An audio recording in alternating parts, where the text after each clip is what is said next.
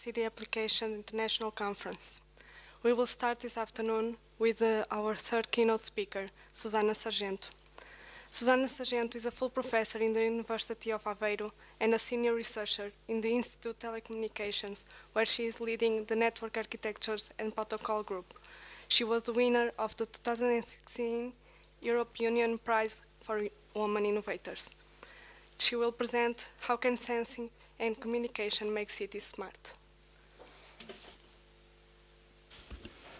So, be very welcome, Professor Ana Sargento. It's Susana Sargento. It's a pleasure and really an honor to have you here participating on this international conference. So, please, the time is yours. We are really ready to listen to certainly inspiring communication. Thank you.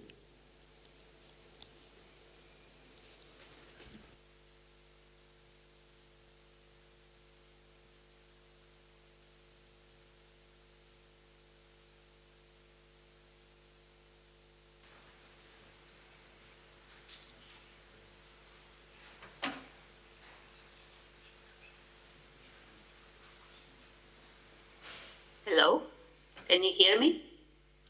Yes. Yes, please.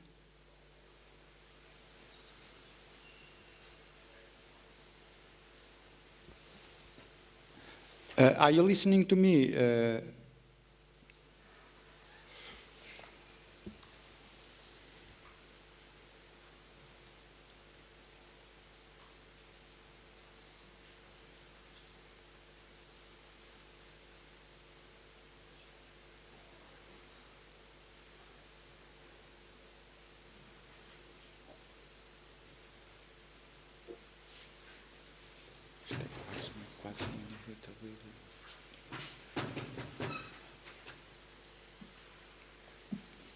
Okay, so hello. I was waiting for the request to start,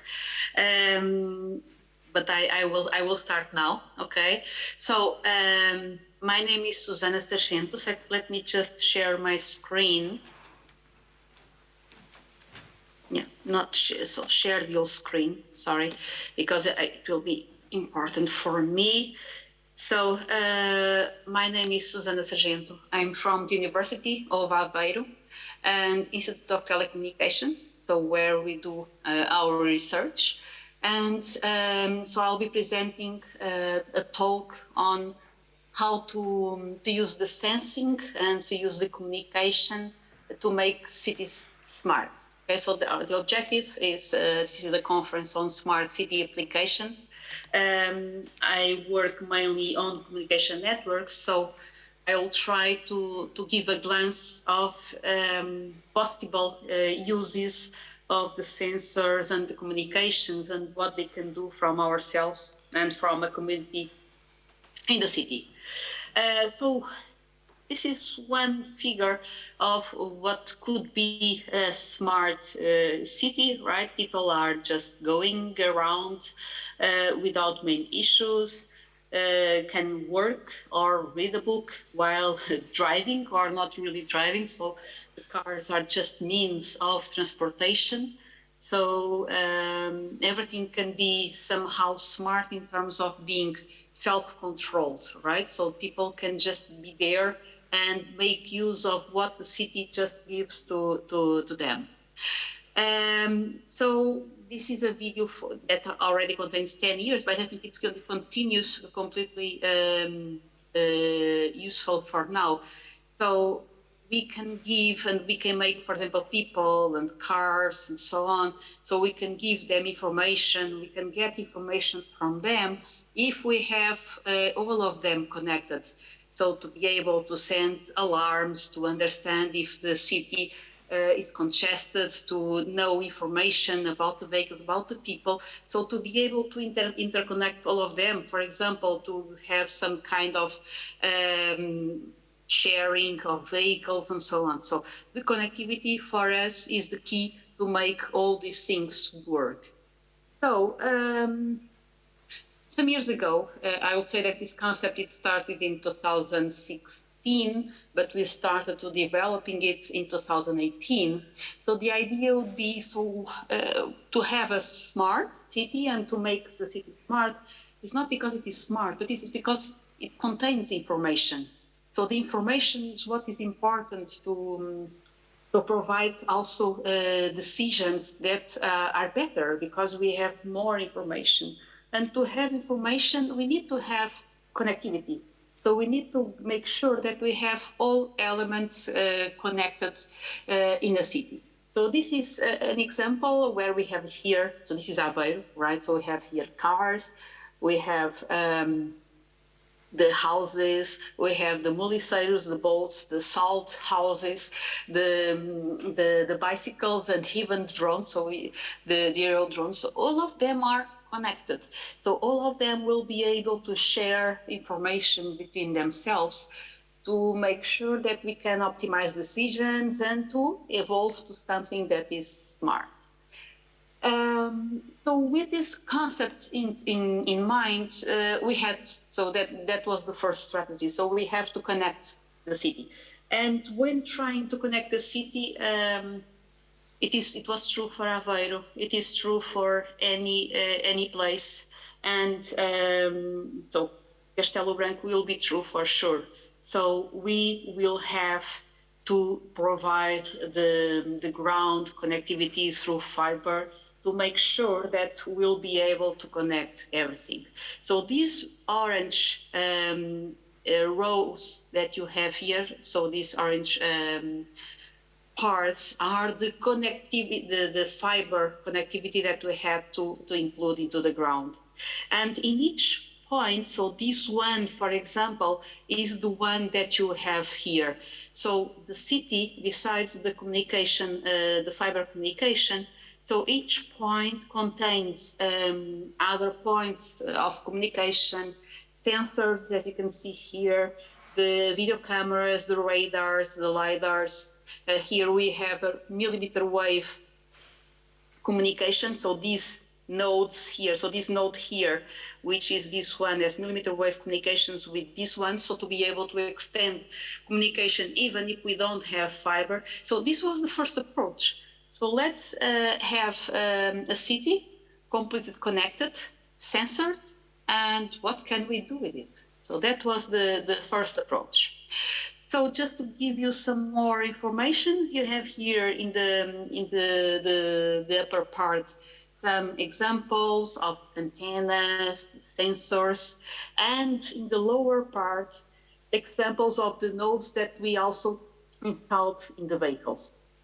So it's not connecting the city with fixed points, but also connecting the mobile points in the city. So just to give you an example, in terms of communication and computing, we have Wi-Fi in all of them, IDSG5 in all of them, CD2X in some. 4G and 5G, not all of them have, but we have a set of base stations here. The millimeter wave stations, LoRa and LoRa1, and spectral probes too. So I would say that 12 of these nodes, they also have spectral probes that will be able to spectral the range, the frequency range. Then we have the edge computing units, LiDARs, radars, video cameras. Some of these points are in buildings, so with partnership of the municipality, and some of them are in smart lampposts. So that's the major part of them. So here you can see the elements from the vehicles. They have communication, and also they have some sensors. So the idea is to have the vehicles going around with all these sensors, the temperature, the humidity, the pressure, radiation, and so on. And they will be able to sense the city while they go around. So this is one of the views of the platform. So what can we see here? So what we have here in red rows are the buses. So we have several buses from the Transdev company that are connected to, so they have the communication equipments. So they are connected to the several fixed nodes. So we can see here the connection that is being formed. We also have some buses, and this one contains a 5G module. So that's why it has the antenna here. And here we can see what is being sensed by radars in blue and by the video cameras in yellow. So each of these points also contains a video camera that's able to sense what is happening there, if people are traveling, cars, motorcycles, and so on. So we can have a complete view of what is happening in the city. So here is some maps of velocity, of humidity, of temperature in the city. So this was measured by the sensors that we have in the buses. So we can have every time a map like this for all days. Here we have data on the left side from radars. So for example, here we can see that, so this was in May 2022. We have the speed of the vehicles during each hour. We have also the total count of vehicles, light, heavy, and motorcycles, people, and so on. So we can see that, yes, during the night, we don't really have vehicles there, but we have here vehicles traveling, most of them around 7 p.m., which is normal, or during the morning. So we can have then all this information. Here on the right side is information that we get from the buses. Okay, so while they are communicating, they are sending us information about their velocity, about their location, so we can get all this data. But there are also cars, the Volkswagen ones, that are already equipped with communication capabilities. And since we are using standard messages, this means that we are able to receive their awareness messages and understand what they are doing, their velocity, location, and so on. Now, with video cameras, let me just show you a video. So we have, this is a place here in the entrance and outside of the university near ISCA. And we have here several bounding boxes that, so to be able to position people, to position cars and the different types of cars. So for example, now persons are going, then cars are arriving. We can see here on the left side that we are detected, so nothing is happening, so the rows, they are stopped.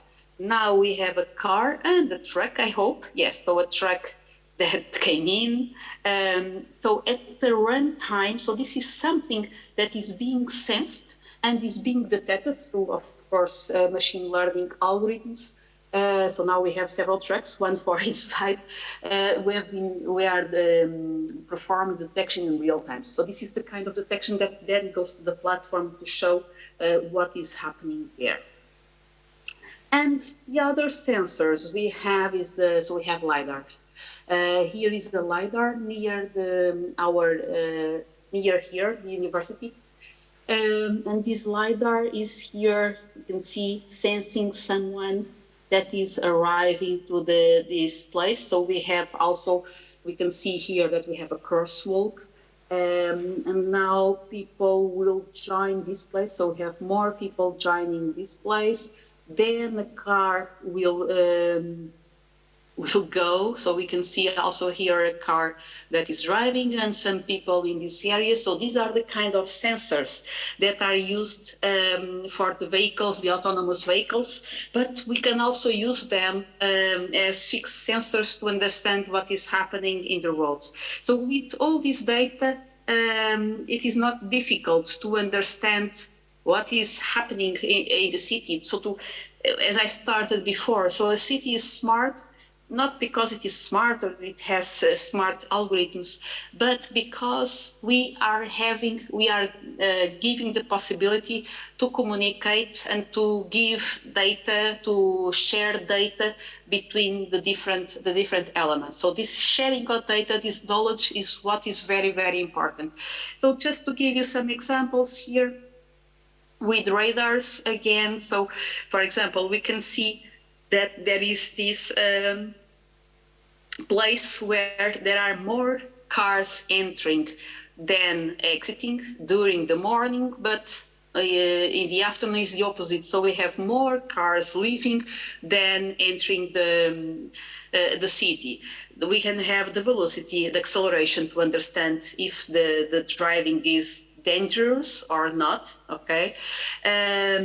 With the cameras to understand, so where are bicycles, cars, motorbikes, so to be able to distinguish between them. So, and here we actually have done a comparison work to have a video camera detecting people and at the same time having a Wi-Fi device providing monitoring of Wi-Fi devices around. Of course, in Wi-Fi, we have an omnidirectional probing.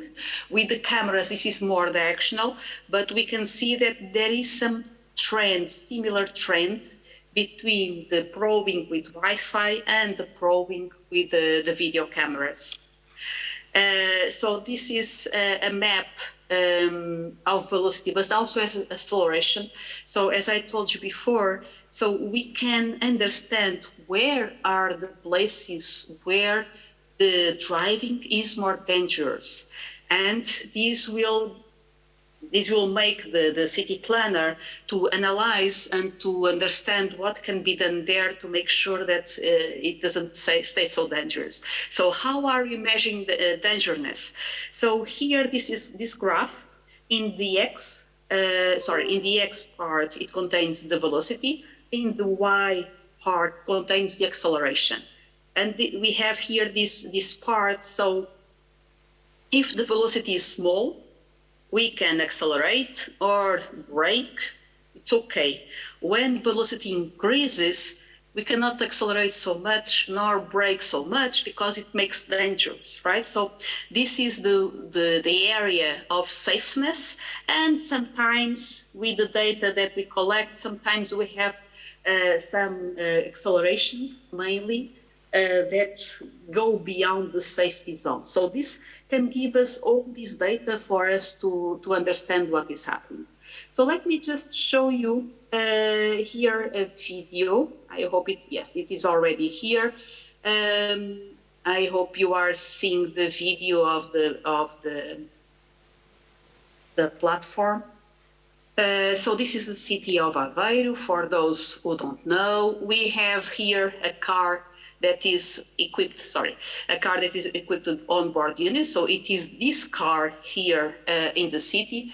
So while the car is going around, so we get its data, so we will be able to continue updating the graph. So this is something that we are updating in real time. So now it connected, so the car is here, you can see it. So it's connecting to two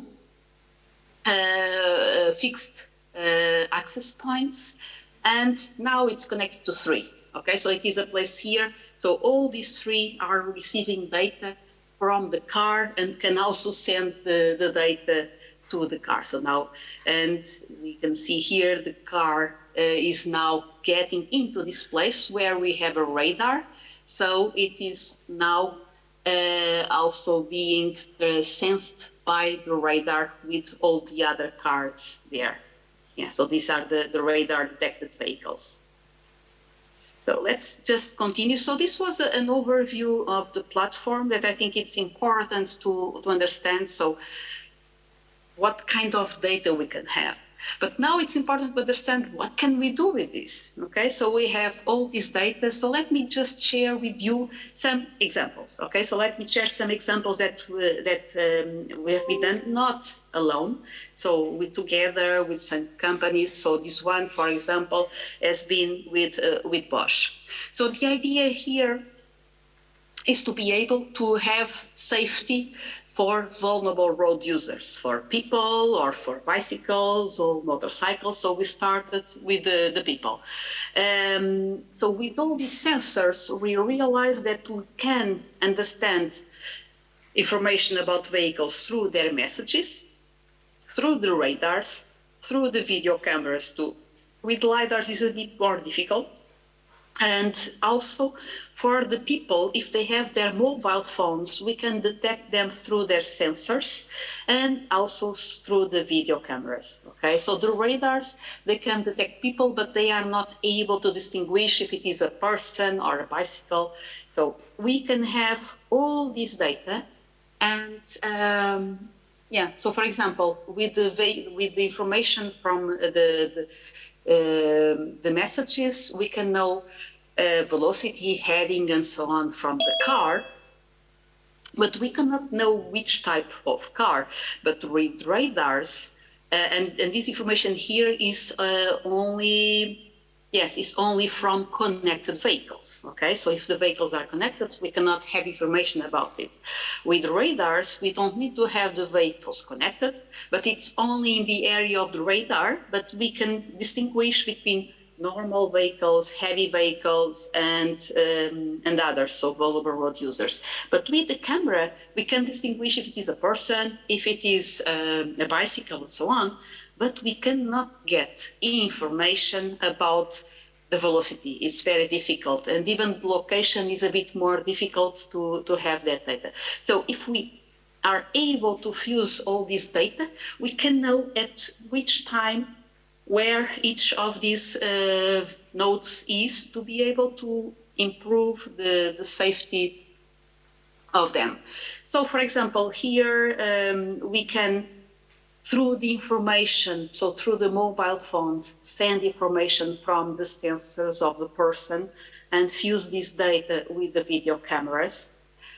From the vehicles, we can also use information from the onboard units, so the communication, and from the radars, and use the video cameras as fall-through. So for example, here we can see this is one of the areas here in Aveiro, so we need to have in each place all these bounding boxes to be able to understand where, so these are the places where we can assign the people, the cars while they are there, to make sure that we can understand what are the collision zones. Sorry. So the idea is to aggregate all this information and being able to send warnings if we understand that a collision may happen.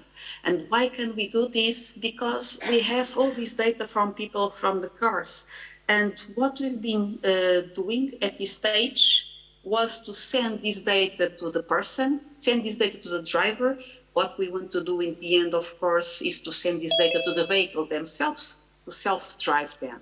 We have then considered 5G, LTE, ITSG5, Edge, and cloud. So we consider the different approaches, and then we'll notify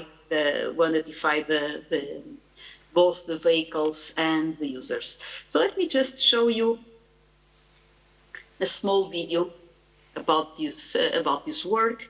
So here we can see the application that a driver can have. Okay, as I said, I want this to go directly to the vehicle, but at this stage we had this application. And at the same time, so the car is driving, but Pedro is here, and it contains a mobile phone, is going to pass the crosswalk, and we are detecting in the roadside unit that the car is coming, Pedro is coming also, crossing the crosswalk, and both Pedro and the the driver will receive a warning that a collision may happen. So we can see here in the map exactly what is happening. Pedro is here, the car is here. They are in a collision area, so they need to be warned about this to make sure that they are not colliding. So there was this collision risk that existed. It doesn't exist anymore because so they are not in collision range anymore. So this is one of examples. So we understood that if we use edge, so if all these computations are performed in the edge, since this is something local, we can improve a lot the timings, so the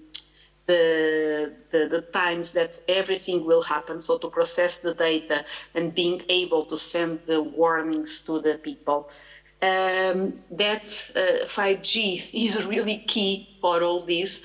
So the 5G is the yellow one, the 4G is the red one. So we can see that the latencies, they are much smaller with 5G. So it's really something very, very important for us to be able to have these warnings on time, because if it delays 1 second, the person can be already hit. So it's a problem.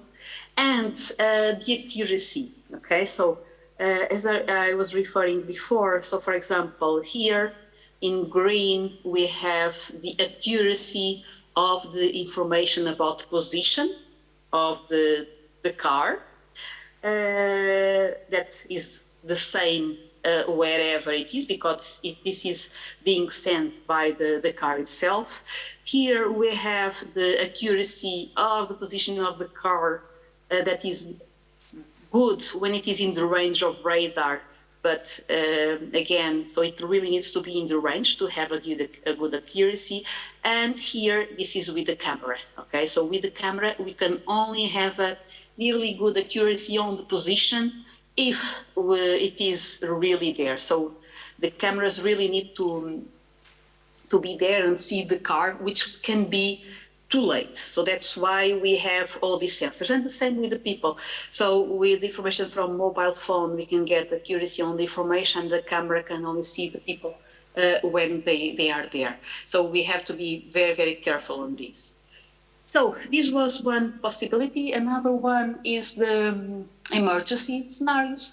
So if I have an ambulance here, I can advertise the other cars that an ambulance is there. So instead of having the lights and the horns, the sound in the ambulance, we can do this in a very automatic way. So the ambulance and advertises itself. And then the warnings, they can be sent to the vehicles in a very automatic way. But we can actually do still better than this. So we can, while the ambulance is going through a road, we can make sure that we have, in this case, for example, a 5G slice ready for the ambulance. But for this to be done, we need to predict the location and where the ambulance is going, to be able to, in advance,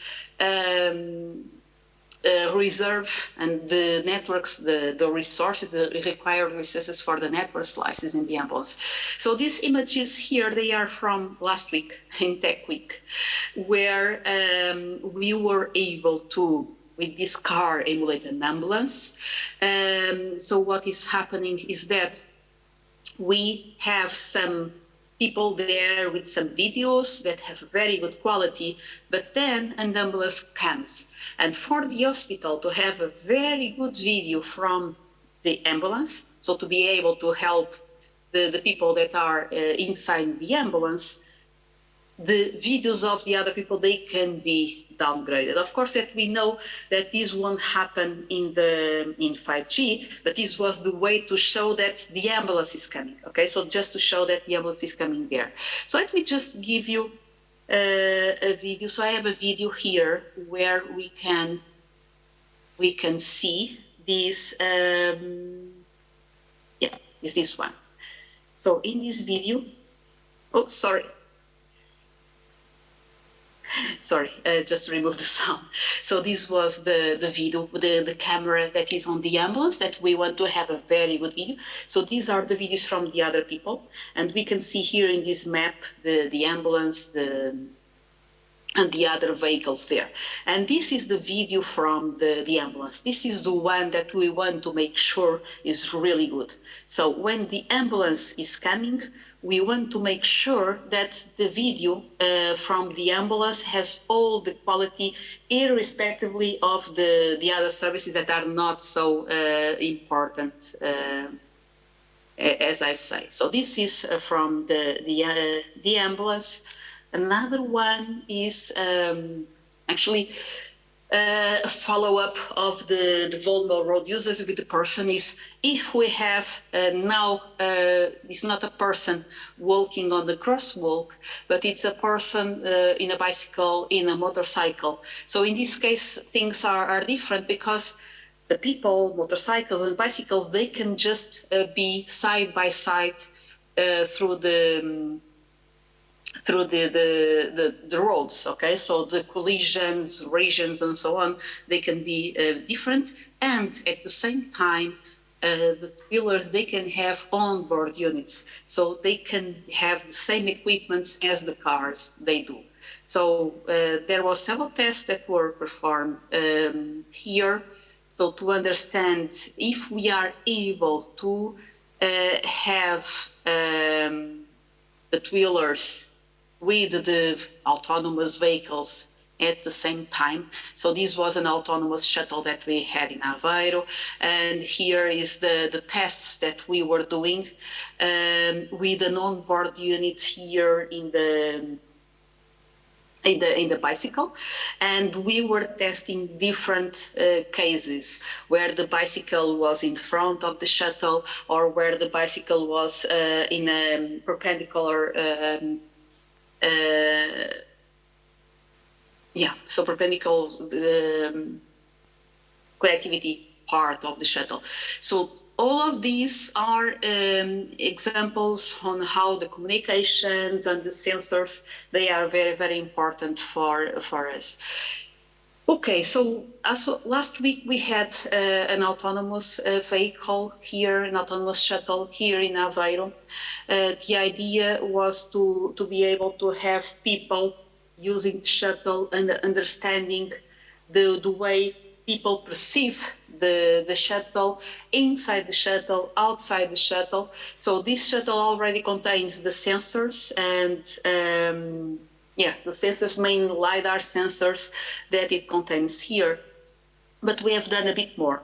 So we have a smart lamppost near in the middle of the road the shuttle is going. So we have also some other messages. So we have other video cameras in the shuttle. We have video cameras here also in the lamppost. And so we are transmitting all the detections between the vehicle and the lamppost in terms of people around and so on. And there is some other things that we are communicating between the vehicle and the smart lamppost with messages for traffic lights. So we can tell the shuttle to stop or to just go. So this is the first stage where we don't really need to send information to an application. We are sending the information directly to the shuttle for the shuttle to react. So this was actually very, very interesting. So you can see here the video cameras, the onboard units, and the processing units, so to process the detection of the cameras. And then here, this is the lamppost that we have here near the road. So this is a road only with people. Okay, so there are no cars here in this road. We have here the camera that is also detecting the person. Okay, so we have done two different scenarios. One of them is we have the traffic lights. The traffic lights, they are green or red, depending on the time. So if the shuttle arrives here and the traffic light, which is a virtual one, so this is a programming that we have, if it is red, the shuttle stops. If it is green, the shuttle goes. But then we extended it with some intelligence.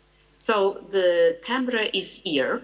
If the camera detects a person here, with this person will have priority to be able to go through the roads, and we send a message to the shuttle to just stop. So the traffic light will be red to the shuttle. So this is the overall perception part that we are using for it, and we can see here this is the main part of the city, and the shuttle is here in this area. Okay, so we can see the shuttle here. So these are some images that we had from the application inside the shuttle. So the shuttle can see the people. Here's the traffic light red, green, and we can see also that we are detecting people, 5 people, 1 car, and 1 truck. So the camera is detecting the car, the truck, and the different people here too. And here is some accounting that we were doing normally. So let me just show you first a video, also with this. Yeah, so this one first.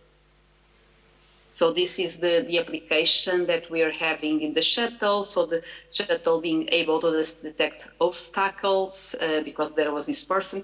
The shuttle itself contains LiDARs around, so to be able to detect people. And now the shuttle is going because traffic light was green. And so we can see it going around while people are there. If people arrive, the shuttle will stop, but it worked very, very well during the whole week. Just to give you here some perception. So we had a questionnaire also to the people to make sure that we had the feedback of the people. And what was interesting is that the majority of the people were positively surprised. Some was as already expected, but the most important thing is the percentage of people that refer that it is extremely safe, very safe, and moderately safe. So everyone feels, or almost everyone feels very, very safe in the shuttle. And so according to the traffic lights, so as I said, so included some intelligence to that. So to have the person being detected by the camera, and with this detection, so to give the warning to the shuttle. So let's see a video with this. So this is the shuttle that is going here. It arrives near the traffic light that we have here, and it stopped. So we had a person there, the traffic light got red, and the shuttle just stopped. And now the shuttle continues to go again. So it is important to understand that, yes, we can control vehicles. And this was the first time that we were really able not to only show what was happening there, but to be able to control the vehicles with what we were really seeing there. So I'm getting to the end. So this is the final part. So what is the message here? And yeah, so I was talking about smart, but it's a part of smart, being smart, right? So it turns more on mobility, but there are many, many things that we can include here. This was a very, very small thing. But what we could understand is with communications, they really have a great potential because we can understand the full knowledge of the environment. So with the sensors, with the communication, with all information from them, so we can understand everything that is happening around us. And it is this understanding that makes us to improve the decisions, to make sure that what we have in the city is smart. It's not because it's smart, but because it has more information. So we can comply with this and turn mobility in a complete intermodal full controlled. So if we have controlled cars, buses, boats, trains, so then bicycles, they are controlled by us. But if everything is understood and controlled, so we can perform much better mobility. And this is very interesting to have, and we also have simulations, we also have lab experiments, because we need them, right? So even for all these people that were doing these kind of demos, so now they have to perform stress testings and so on, and there are many things that we cannot include in the roads, right? Because we don't have so many vehicles there connected, we don't have so many cameras there connected, so many of the things they need to be done on site. But only in real and in full environments we can see these ideas being made through, so to come true, to understand that this really works. And for us, the possibility to really send instructions to the vehicle, and the vehicle understanding us and stopping and driving was really, really great. So I hope that I was able to give you some glance of some things that can be made smarter, and I hope that you understood that the communications, they can really be a part of this. So I'm here and ready for questions. So thank you.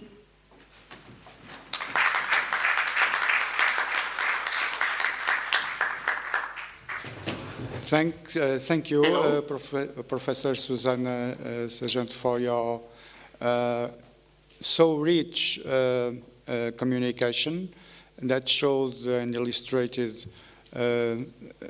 very, very well the potentialities of sensing and communication on... Hi, Susanna. I don't know why nobody's speaking, but... Hello. I didn't know if I was asleep. alone. I don't think so. I was afraid I was alone here, so...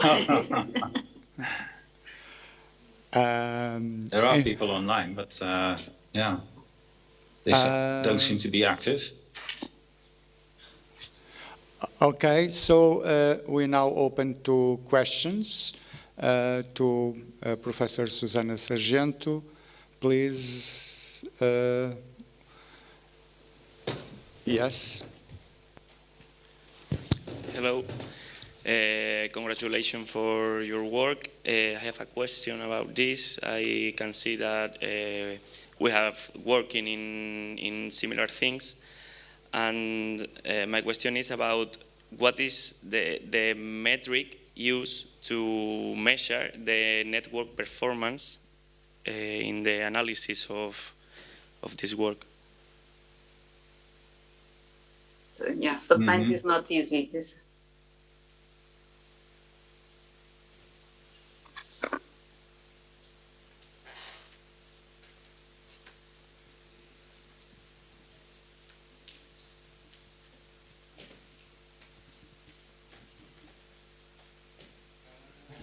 Hello? Professor Susana Sargento, I don't know if you... Because there will be a session with presentations afterwards, right? I think so, yeah. Yeah. Yeah.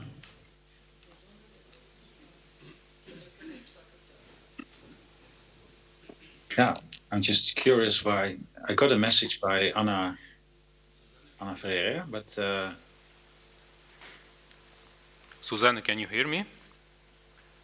Sent a message. No. So I guess we're having here an issue on the Okay. Zoom meeting. Susanna, can you hear me? So what shall I do? Just let me know.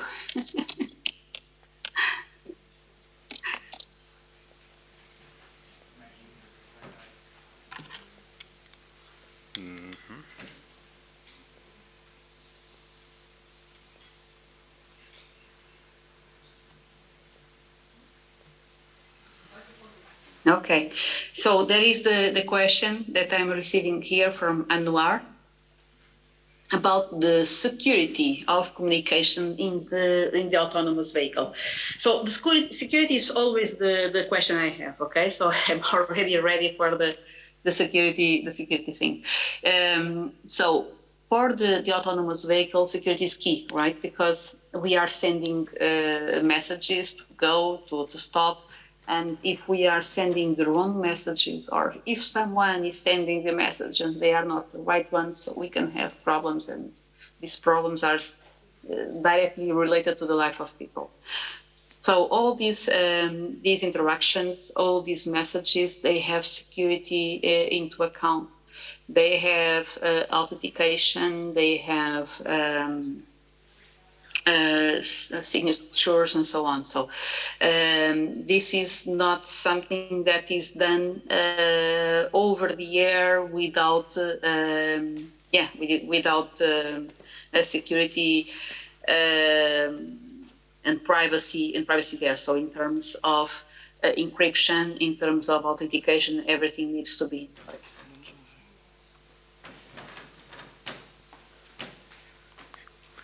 Susanna, can you hear me now? Yes. Okay. Actually, we are facing an issue with the sound, so okay. I listening so, the whole time. So before Andy, I thought I was alone. No, not at all. We have an audience face-to-face also here. So actually, we had here 2 questions, and I will pass to my colleague Juan Palomo. Okay, thank you. Okay, Susana, congratulations for your work. I can see that we have working in similar things. And my question is about the metrics used in the network performance analysis presented in your work. What metrics used to determine if the network has working or not? Okay, so if it's working or not is functional tests that we do, right? So to understand if we have the information on the right time, the messages and so on.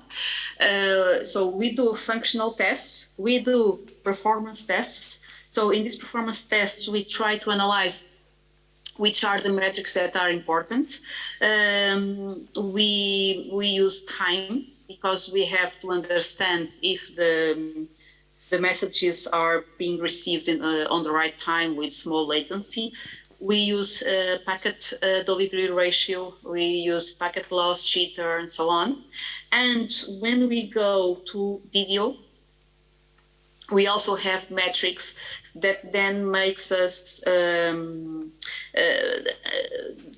deploy minimum opinion score of the video. So we have the frames, we have the buffering, we have the delay, so we have the metrics that you need to be able to understand the quality of the videos.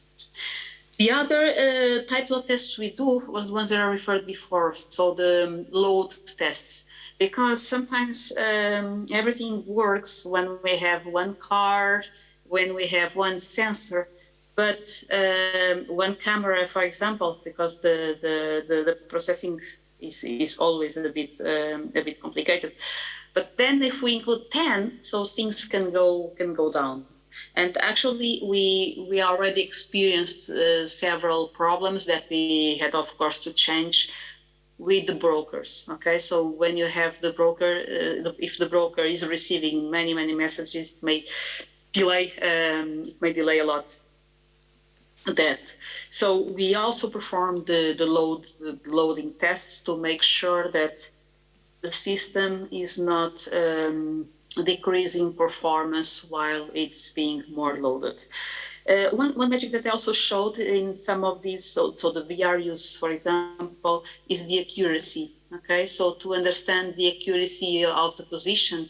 Why? Because if the messages, the warning messages are sent when we consider that there is a collision risk, so we need to make sure that this is true, right? So the accuracy is also something very important. So these are kind of performance metrics and performance studies that we usually do to this.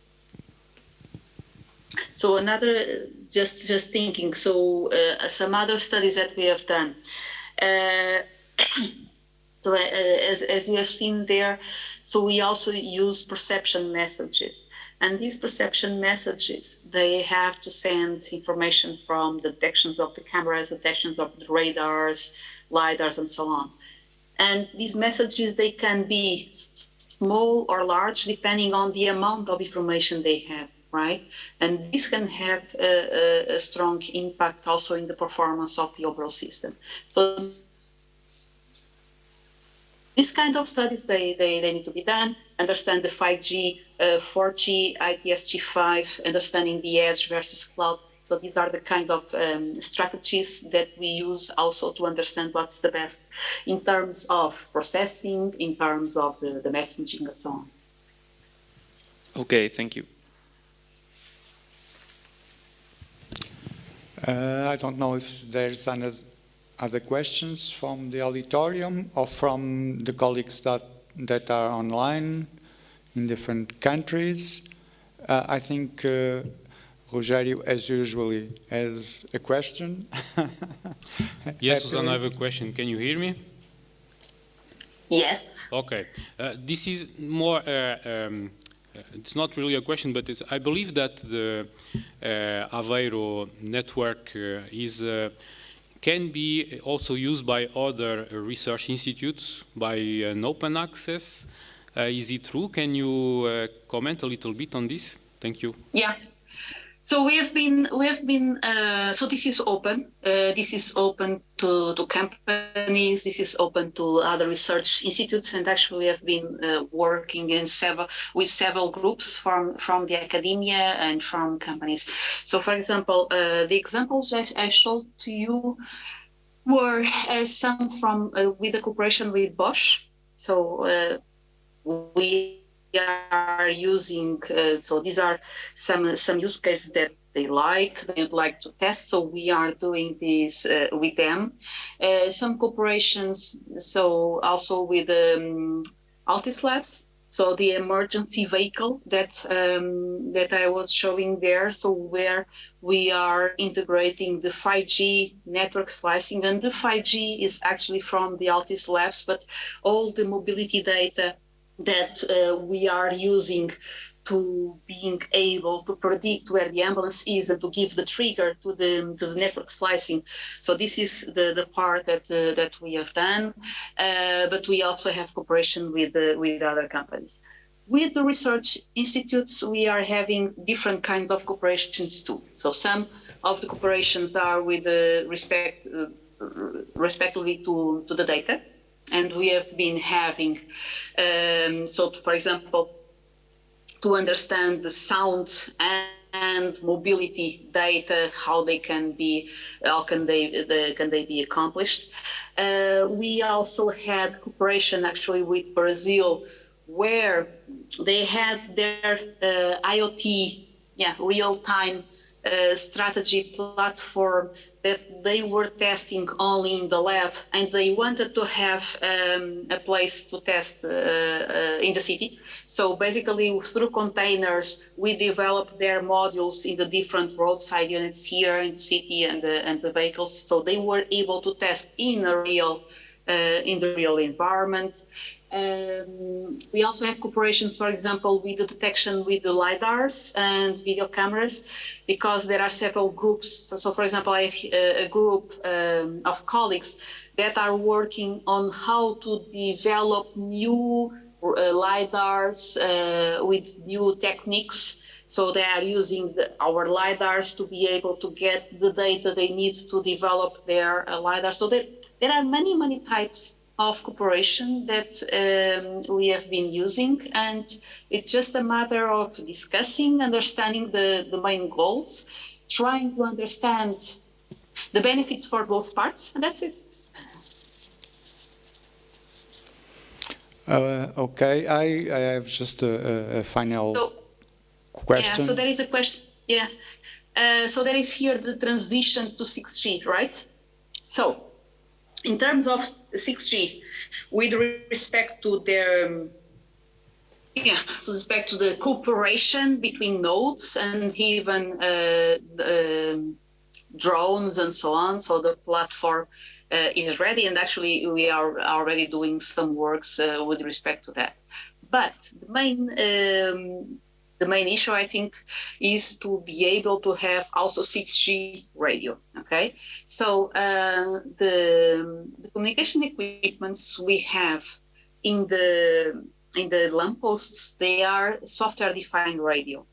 And they are software-defined radio just because of that, because we don't want to have only 4G or 5G, but we want to be able to also work with 6G waves whenever we are able to have them. Okay, so this is not a platform that is just like this. And this is what we have, and if we want to evolve, we have to rebuild the platform.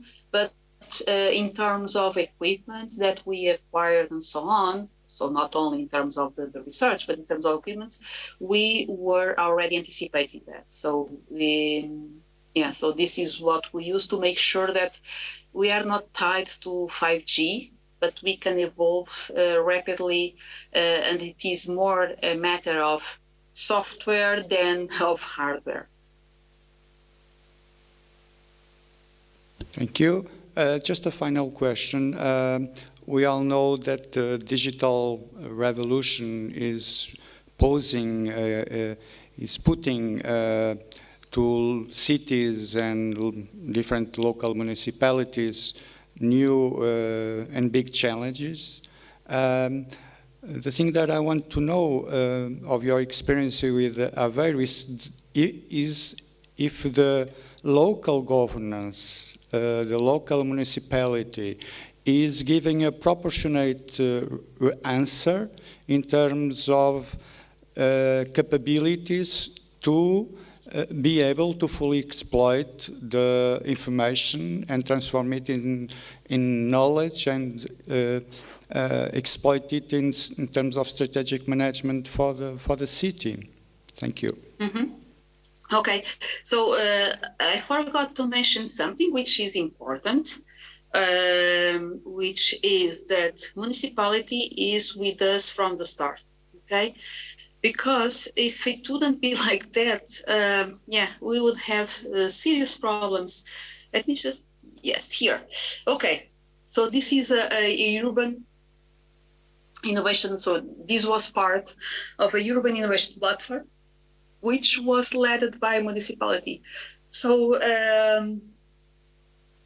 everything that we had to do in the street, because, for example, for the fiber, we had to do constructions in the roads, in the walks too. So this really required a lot from the city, and so municipality is one of the main partners in all of this. That I'm sorry, I really forgot to mention that, because with them it wouldn't be possible. So even this shuttle that I was talking about is from another project, but the municipality is also part of that project, and it was the municipality that was able to get the shuttle here in the city. So we are responsible for the technical part, so to make sure that we have this part, the traffic lights, detection, and so on, but the municipality is the one. And on the other side, they are also using all the data that we have. They are also giving us challenges that they have. They wanted to have them solved, or at least understood. So there is a strong cooperation between with them, so to make sure that this goes through, but at the same time that we are helping them and on the different sides. Thank you very much. I think this was a very interesting communication and discussion. I beg you another applause to Professor Susana Sargento. Thank you very much for your participation. Thank you. Thank you. So we now move to another keynote that is Professor Andy van den Dobbelstein. I think this more or less a correct pronunciation of the name. I'm sorry if it's not. And the professor he teaches climate design and sustainability, and is sustainability coordinator in Delft University. Next to this is principal investigator with the AMS Institute in Amsterdam. He publishes a lot and delivers lectures nationally and internationally. And I'm going to advance a bit in the curriculum, which is very rich. For his work in the domain of sustainability, and he became Knight in the Order of the Dutch Lion.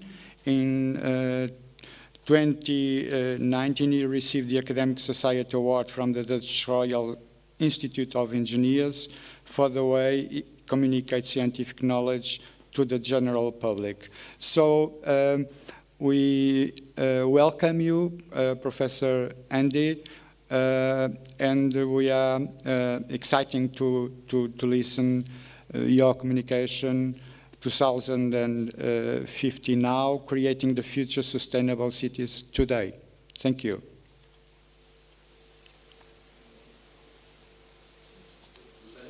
Oh, thank you very much for inviting me. Can you hear me now? Is that okay? Yes. Yeah, I see faces nodding. All right.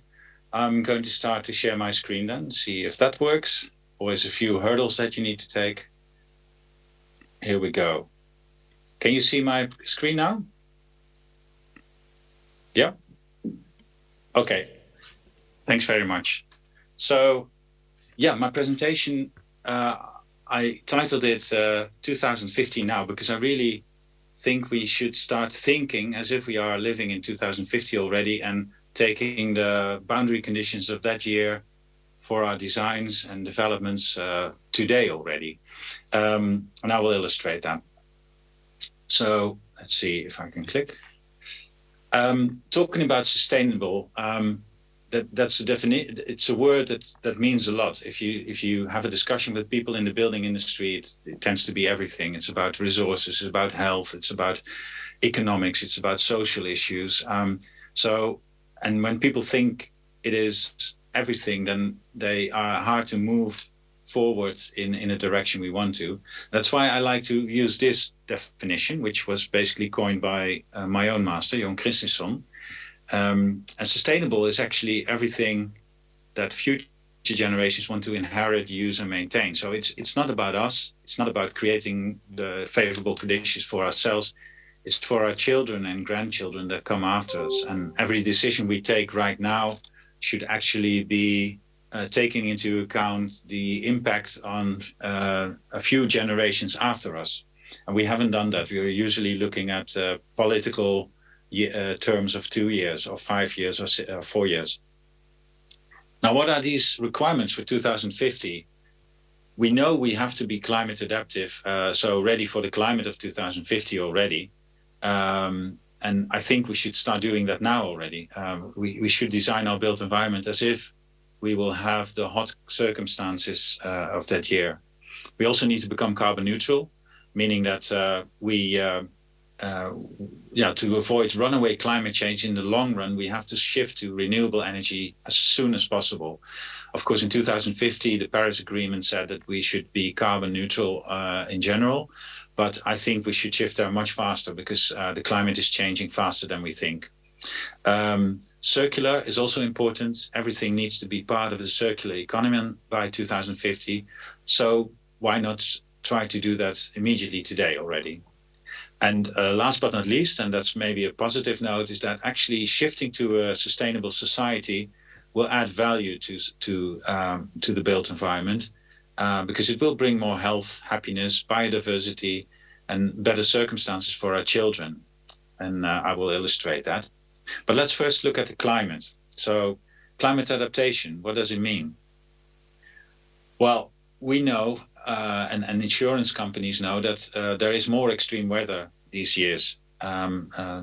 So we see that there's record-size hailstones, there's huge storms that bring down trees and cause damages, and it's ever increasing. So this is one thing that would lead to having to design buildings that are sturdier than they are now. Now, this is an example of your own country, Portugal. This was 2018. Last summer, it was terrible again with forest fires. I saw a few myself when I came to Covilla with Flixbus, and we passed all these places that had burned down. In Northern Europe, this hasn't been a huge problem yet, but we've had droughts as well, and this could have happened anywhere, basically. And it's Southern Europe that is now suffering. We have to be really careful with this, and we have to take care that actually nature areas are kept wetter than they are now and are protected better. Well, I'm from the Netherlands, and we've also experienced a new reality. We had a record temperature 3 years ago of 40.7, and the old record was 38.6, and that was a record from 1944. So just imagine the enormous increase that we had. And last summer also we were again touching 40 degrees. When I grew up, when I was young, 36 was the absolute maximum that we could experience. And this is just one side, because these temperatures are always measured outside cities. And we know from heat waves and imagery from satellites that actually cities are much hotter than the countryside. So we know actually that within these cities around the measure points, temperatures must have been 6 to 10 degrees hotter than they actually were. Well, this is related to the urban heat island effect. It's a natural phenomenon. But we also have other effects that lead to the increase of temperatures in cities. And I call that anthropogenic heat, which is basically waste heat emitted from vehicles, from buildings, but also from air conditioners. So air conditioners are nice to keep buildings cool, but actually you keep your neighbors warm. And in many parts of Europe, we are basically not designed for tropical temperatures. So our cities need to be different as well. I find it always very interesting to look at the roofscape of a city, and then you see basically that there are deserts. You have roof tiles, you have bituminous roofing, you have steel plates, and they all heat up in summertime. Now, this was a cold day in summertime, but if the sun is shining, then these black roof areas are actually going all the way up to 80 degrees Celsius, and then there's no way of stopping that temperature. Now, if we would apply solar panels, because of their efficiency, they already take away a bit of the heat in the city. Solar collectors that produce hot water do that best, but PV panels also take away a certain percentage of the solar irradiation, of course. So that helps a little bit.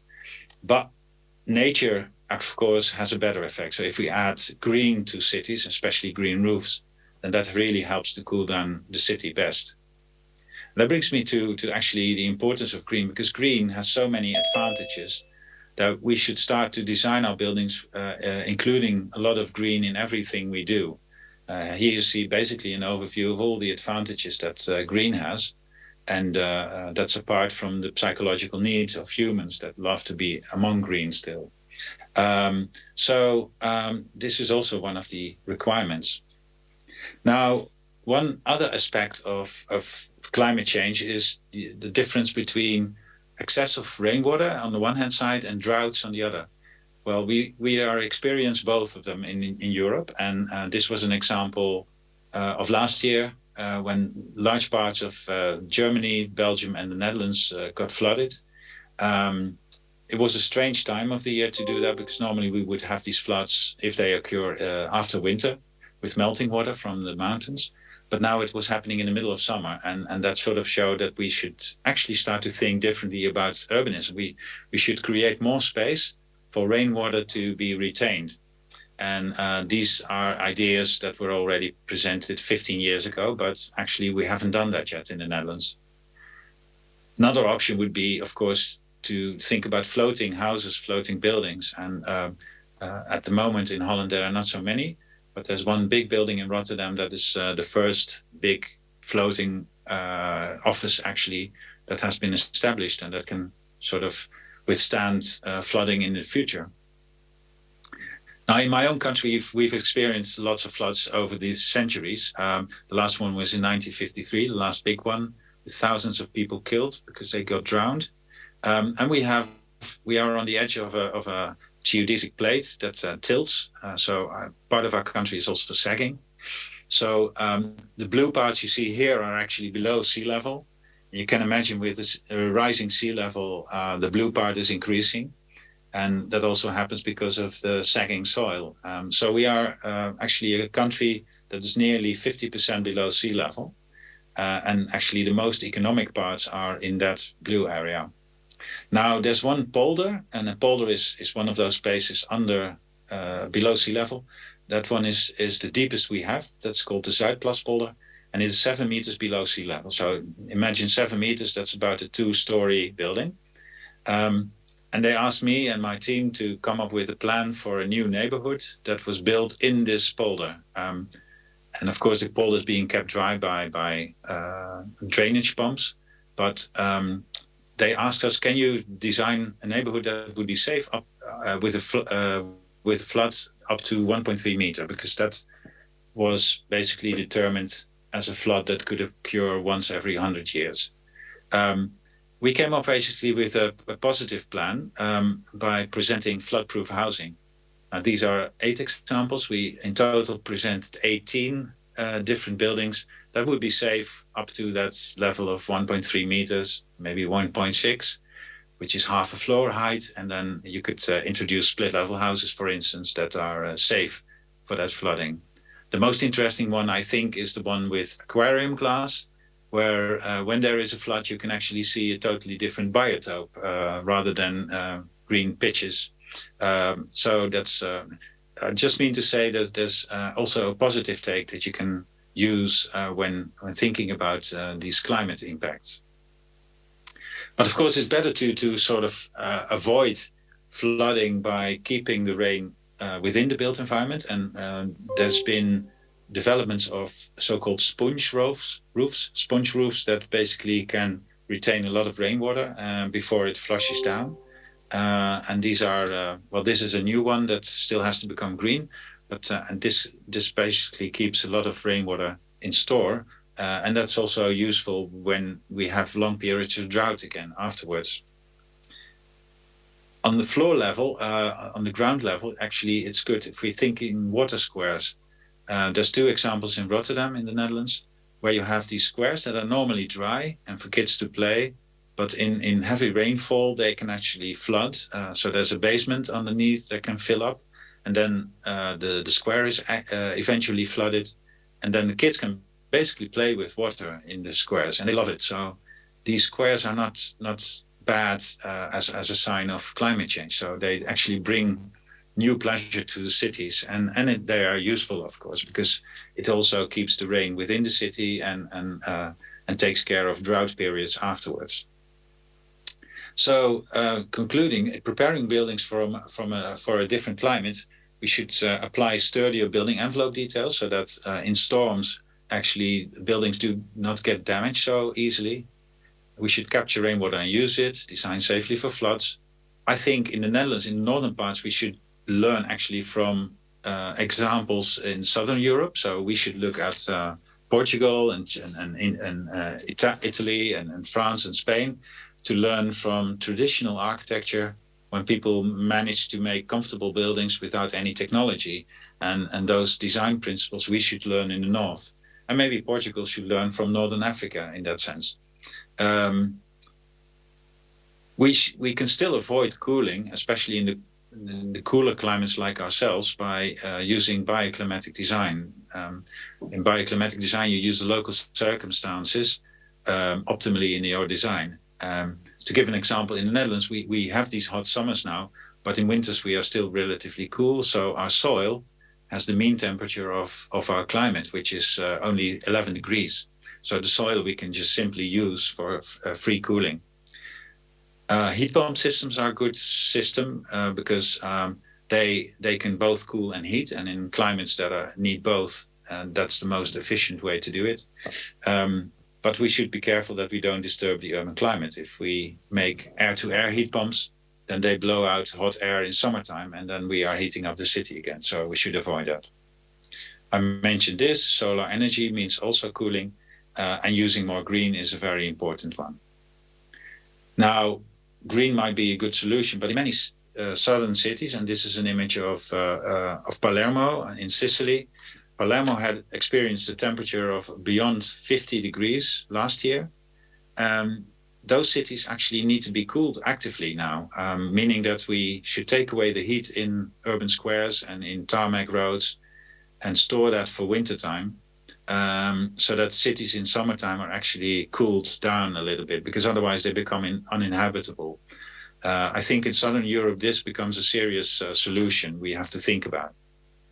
So that brings me basically to the idea that climate adaptation, if you do it well, you can actually combine it with climate mitigation, with carbon neutrality, basically. And that's where I'm shifting now. So if we have to become carbon neutral, one of the nice films you could see, I'm not showing it now because it takes almost 8 minutes, but it's a short film about how much energy we use in our households. Now it's made for a Dutch situation, but I can imagine that for a Portuguese house, it will be similar. Please have a look on YouTube. Just search for energy slaves and have a look and watch it with your children, because it will help make your children shower shorter times, I can tell you. And this was made for our zero energy design course that we provide online. The professional education started 2 weeks ago on this, and the MOOC will open again, not in December, but in January. And it's a free online course that can be followed by anyone across the world. It's a 7-week course, but you can do it in your own time. It will be open until September, and I can recommend it because it won the edX Online Prize as best online course worldwide in 2020. So I'm pretty proud about that. Now, what we teach our students, and also in that course, is that you can take a few steps towards zero energy buildings. First, understand the local climate and circumstances, then think about reducing the demand. A second step would be to think about reusing waste heat or storing energy over seasons. And the last step would be to produce renewable energy. I will show examples. By the way, I'm sending my handout later to the organization, so you can share it among every one of you.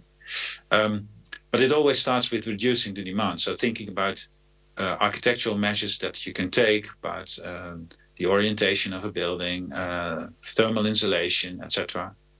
The bold terms here can still be applied to existing buildings. The other ones, of course, not. You can't turn a building anymore once it's there, but you can still think about insulation and glass and sun shading. The second part of reducing demand is when we apply technology that we need anyway. And there's many energy efficient versions of that. So think about that before you start to design. Now, heat recovery is well known, at least in colder climates. So recovery of heat from ventilated air, for instance. There's different types that you have that are demonstrated here on the left. Newer technology is to recover waste heat from shower water, for instance, or from sewage. And of course, that's mostly important for colder climates, but it's just also a way to avoid unnecessary upheating of places elsewhere. But I think in cities, there is a much more interesting way to think about waste heat than we do now.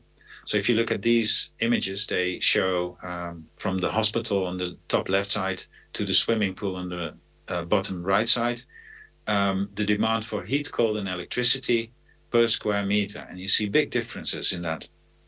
So there's functions like supermarkets and ice skating rinks that are always cooling and emitting waste heat into the air. While there's other functions like dwellings, but also swimming pools that need heat all the time. So why do we not use that heat from that one function to the other? So my proposal is to start thinking smarter about collecting that waste heat and using it, and therefore also avoiding upheating of cities. One example done by a student of mine was to look at a supermarket, which basically is cooling all year round, in the middle of apartments that need a lot of heating still in the year. If it's not for the heating system of the house, then it's for hot water. So he designed a new system for this block, and not even thinking about renovating the houses, by introducing a system that would couple the waste heat of the supermarket to the heating system of the houses and creating seasonal storage, he could actually save 60% of the carbon emissions. If he would do the retrofit of the existing buildings, then he could even go to 100% of carbon emission reduction. So this goes to show that in cities we can be so much smarter with our energy. Another way to do that is to create low temperature heat networks that basically that function like internet. You can discharge your waste heat into it, and other buildings can take waste heat from it. And it can also be combined with a cold system. Now, in my country, we have the advantage that we can create heat and cold storage systems in the underground, in so-called aquifers. But this would be a good solution to create an urban grid that would provide heat and cold to the buildings, and with seasonal storage. Now, getting to producing renewable energy, I was really surprised to see so few buildings having solar panels in Portugal, because to me that seems one of the best countries to produce solar energy. This is in the Netherlands. This is again a supermarket that has loads of PV panels, but you can imagine that it's on the roof. So it's mostly producing in summertime when there's a lot. Well, for a supermarket that's okay, because in summertime you need a lot of cooling as well. But in normal houses, that's not very favorable, because in summertime people are on holiday, and in the middle of the day when they also produce a lot, people are working and not at home. So we have the storage problem of a lot of electricity in summer and too few electricity in wintertime. Now, we can store them in batteries, but batteries have only a short-term storage capacity, or you need a lot of them, and that requires a lot of material. The second system is perhaps to transform it into hydrogen, so to use electrification of water and then produce hydrogen, and then through fuel cells bring it back to electricity again in wintertime. But you lose more than 50% of the original content of electricity. A newest development that we are working on at TU Delft is to think about the so-called e-fuels, fuels that are basically made from water and carbon dioxide and electricity. So it's toying around a little bit with the C's and the H's and the O's of carbohydrates, so petrol, diesel, kerosene, or methane. I think in the further future that might be a good solution to also get rid of our carbon dioxide. Or we need to think differently in design. One example is to not put PV panels on the roof, but put them vertically, so that they produce better in the morning or in the evening or in wintertime when the sun is lower. Especially in our northern hemisphere, in northern parts of Europe, this is an important means to produce energy better at the moments when you need it. So that's one solution. Now what we saw in the previous image was a boring image of solar panels, but they can be very nice nowadays. These are also solar panels now, so they can be printed nowadays with whole paintings in all colors of the rainbow. And this was a plan by my students for the solar decathlon. And now maybe this is a render to an artist impression, but this is what it was when we had built it. So you see on the right-hand side, the blue panels are all solar panels. But they have a print on it from a view on the city of Delft, 17th century painting. It's mainly in blue because we liked it. We love Delft blue images, but it could have also been completely in full color. So I think this is the future for PV panels in architecture. And then there's no reason to apply them anymore because ugly is not the word anymore. The interior of the building that I showed now, so this pavilion that my students built, is completely circular. So it's made of furniture that's completely demountable. It's dry mounted. It's bio-based, and thereby part of the circular economy. That brings me to circularity. Circular economy basically has two options. One is that you use technical materials infinitely, so you recycle, reuse everything as much as you can. And the second thing is that you look for bio-based materials. materials that come from nature, that are grown sustainably, and that you can also reuse, and then you are actually storing CO2, which is of course most important. There's also a way that we should recover all our materials again that we already have in our city. So we should never demolish buildings ruthlessly, but really think about how to recapture all the resources, all the metals, all the plastics that are in them, and try to reuse them again. And also new business models are an option, product service systems, lease products. So systems basically that are being taken back by the producer and that are being reused or reprocessed by themselves. And I'm always saying we should never work with companies again that give us products that they don't even want to take back themselves, because then apparently they don't know what to do with it. They know that's a terrible product that cannot be recycled anymore. So that's a new way of thinking we also need to start doing. So the procurement also for universities should become circular as well. So think about how to avoid buying new products or reducing products better, or trying to repair them or trying to refurbish them and trying to remanufacture. That's the so-called R ladder.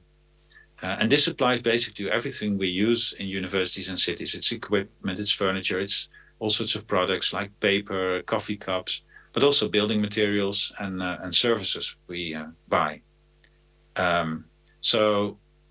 But we as universities and cities cannot solve everything ourselves. We are not a producer, so we have to get to agreements and circular contracts with our suppliers and partners for that.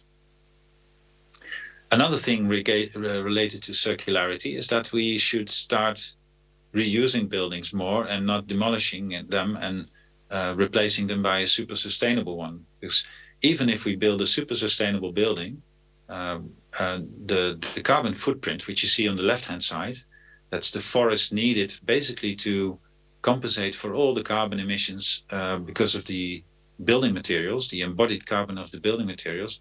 You see, that's much bigger than when you renovate a building completely and strip it of its facade and replace it and make it carbon neutral or energy neutral itself. So because of this embodied carbon, renovation is almost always preferred.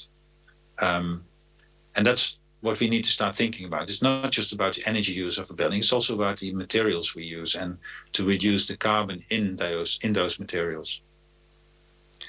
Well, in the Netherlands, we need to think about creating a million new extra dwellings for, we have a shortage of housing at the moment, but it doesn't mean, of course, that we have to build a million new houses. We can also solve it by renovation and transformation. So the example I'm showing now is related to these towers. So my students that I worked with for the Solar Decathlon 2019 looked at these towers and tried to make them net positive. So think about energy, water, materials, air, and food even. Trying to create a building that is actually producing those resources rather than using. You can see it by the circular infill that we had. So we had pre-manufactured bio-based modules that could be taken off easily. There's no screw or glue used in those systems because they were all computer designed and manufactured.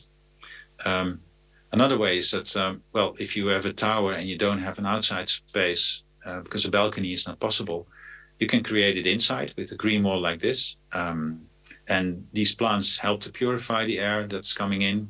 And then we also have phase change materials that pre-cool or preheat the air coming in so that we have a very efficient energy system.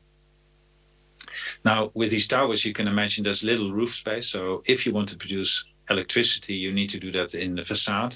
So we see that here with colored solar panels and with solar chimneys that have PVT panels in them. So PVT panels are solar panels that produce electricity and hot water. So these have three functions. Now what our students did is actually take one part of that tower and demonstrate it as a pavilion, and it looked like this. So this was the apartment built at the competition in Szentendre in Hungary. And here you see those PV panels that have different colors from green to gray. I think it was a bit boring. The students could have chosen also red and purple, but they went for a more modest color. And as I showed, the newest version of these panels are now being printed as entire paintings. So these are an older version of those PV panels in one color. Now, the nice thing is that our Prime Minister actually took note of that, and he invited us for coffee to explain the concept. So he was happy with it, even though we didn't get a lot of media coverage at that time. He was the one that understood that this is important. And that brought me also to corporate responsibility. I thought I've been teaching students already for many years to design sustainable buildings. And it's easy to say, yeah, you need to learn how to design that. You need to apply that in your buildings, or the government has to come up with legislation, or the industry has to come up with sustainable products.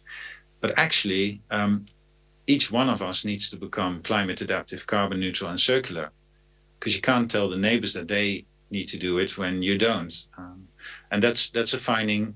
Because of this, I started to basically register my own carbon emissions due to my life. And I saw that actually I was living quite sustainably compared to the average Dutchman. But that was without a severe thing I had to do for TU Delft, which was this. This is basically me flying across Europe and the world. And the carbon emissions actually were so high that at a certain point I got a silver card with KLM. And I lost it again in 2017. But the problem is, of course, that in the end, I had 12 tons of CO2 emissions simply by flying. And by, you know how it works with conferences, with European projects, with master classes you give. So that's also why I'm happy that I'm doing this online now and not traveling to Castelo Branco, although I love to be there. I will come next time by bus or with the train. But in 2018, I bought a carbon killer certificate. What they do is basically purchase carbon emission permits of the European market and they destroy them. So it means basically that 12 tons of CO2 need to be saved somewhere in the industry in Europe. So thereby I could say, okay, I'm back down below again. But it went to show that I had to make TU Delft sustainable because most of my climate sins were related to what I did for TU Delft. So I was happy that in 2019 TU Delft came up with a position paper on climate change and climate action. Last year we started Climate Action Program. And what I'm doing is actually related to this, to the campus of TU Delft. And we said we should actually practice what we teach and preach and wrote a vision, ambition and action plan. In 2022, early this year, it was approved by our executive board. And it basically said, we are going to do this. We're going to be carbon neutral by 2030, circular too, climate adaptive too, meaning that we are ready for the climate of 2050 in the year 2030 already. But we also have to contribute to quality of life and we have to expose and test out things on the campus much more. So the whole campus needs to become a living lab that demonstrates new technology. And things might go wrong, but in a university, we can actually handle that and we can adjust it. In a real city, of course, that would be more difficult. So this is our plan to also set examples for other organizations and cities. And for me, it starts basically with carbon accounting, because we don't know where to go if we don't know where we stand. And so carbon accounting is the first thing we did by showing how much carbon emissions we have as TU Delft, divided in scope 1, 2, and 3. But I also love to translate it into forest area. So this is the forest area needed to compensate for the carbon emissions. And by scale underneath, you don't know the city of Delft, but there you see the city borders of Delft. And basically, by doing this, you could see that we need about 1.5 times the area of Delft to compensate our carbon emissions in forest. But we were missing out on one thing. Procurement was still missing in our accountancy. And when we had investigated that, we found actually that the actual emissions were twice as high. So actually, we need about 3 times the area of Delft in forests to compensate for our emissions. And that's not possible, of course. We are a tight country, so we simply have to start working on saving it, because where do we find the space for forest? Okay, we can help Portugal bring back forests that have burned down at the moment, but that's only limitedly possible. So what I propose is a new financial approach. That's to basically do all decisions by total cost of ownership and not simply by investments versus payback times. And we should include a carbon price, because I think that's really important to not always go for the cheapest solution, but to go for solutions that are actually good for the environment. We are going to use this for all important financial decisions. When we select partners or suppliers, we are going to use that and raise internal carbon tax and so on. Now, we've proposed a lot of measures that should bring down our carbon emissions to 0 or nearly 0, and then compensate the last bit by forest plantations. I will show a few of them. A lot of projects are, of course, related to buildings and saving energy in buildings. So we're sort of monitoring the carbon emission reductions by all the projects we are proposing in the coming years. We are adjusting our energy system to a more renewable one. And in our case, geothermal heat is going to be very important. So high temperature geothermal heat that eventually will help also the city of Delft to become carbon neutral. The biggest work to be done is actually in renovations of our old buildings. I can imagine that many universities are dealing with that. So these are old buildings from the early 1970s. So they need to be refurbished. We started with this one already, the iconic high-rise building that has been retrofitted in a circular way. And all new buildings actually need to become super sustainable. So on the left-hand side, you see our energy neutral building. That was the first one 5 years ago. On the right-hand side, the building that has just been opened, which is energy producing. So it's already a step further, and it's also partly circular. There's new areas under development, and they have to actually comply with all the new sustainability measures and that you see on the left-hand side. We also involve external parties on the campus.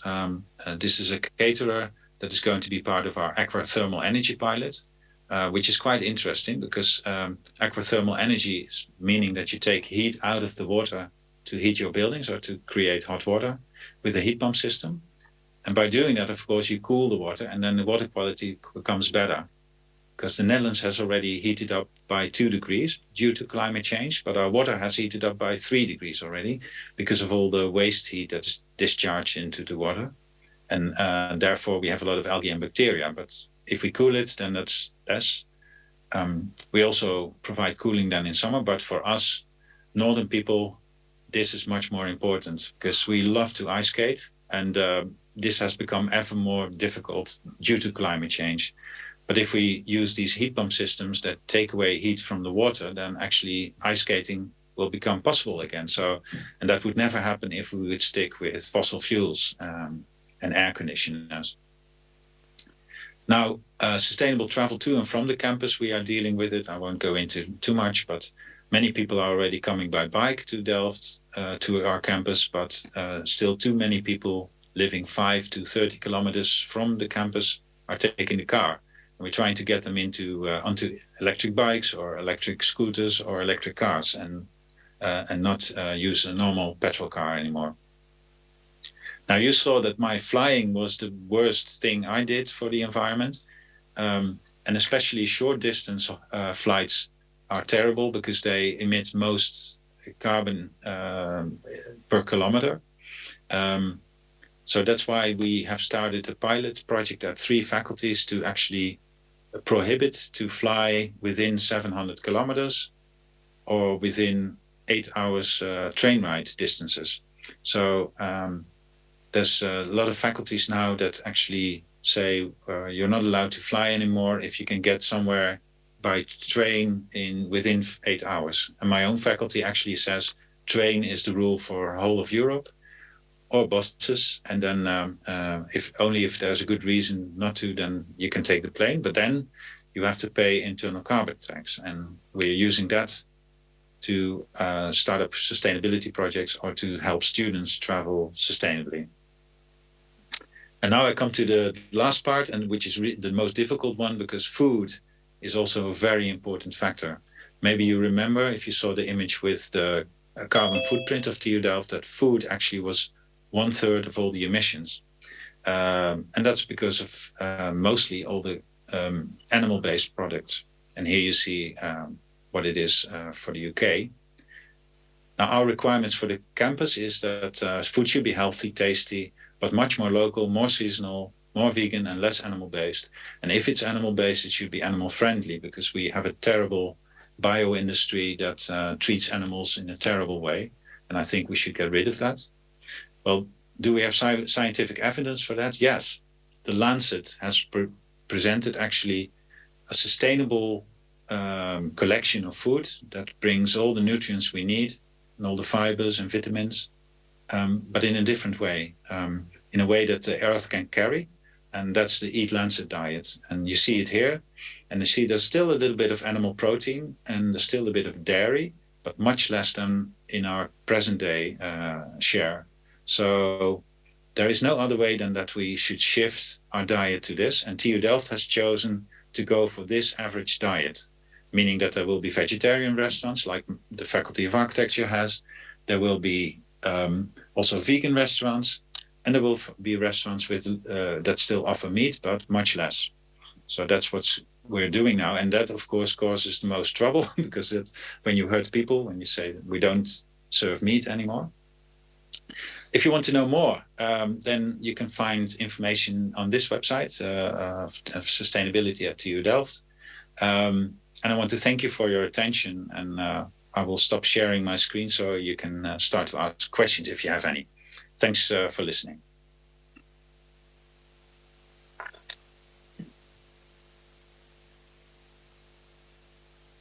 Thank you, Andy, for your inspiring presentation, and so well structured and challenging. Thank you very much. So the floor is open now to questions here on the auditorium or elsewhere by our participants on the international conference.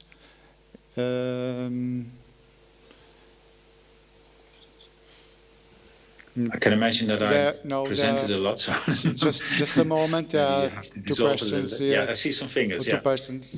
Yeah, hello.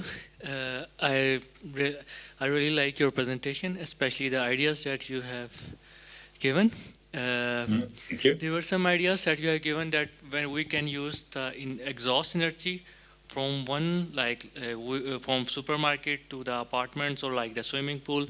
So why we don't apply this kind of formula, or why don't we promote the culture of using the heat pumps where we use the energy from inside of Earth to the outside of atmosphere?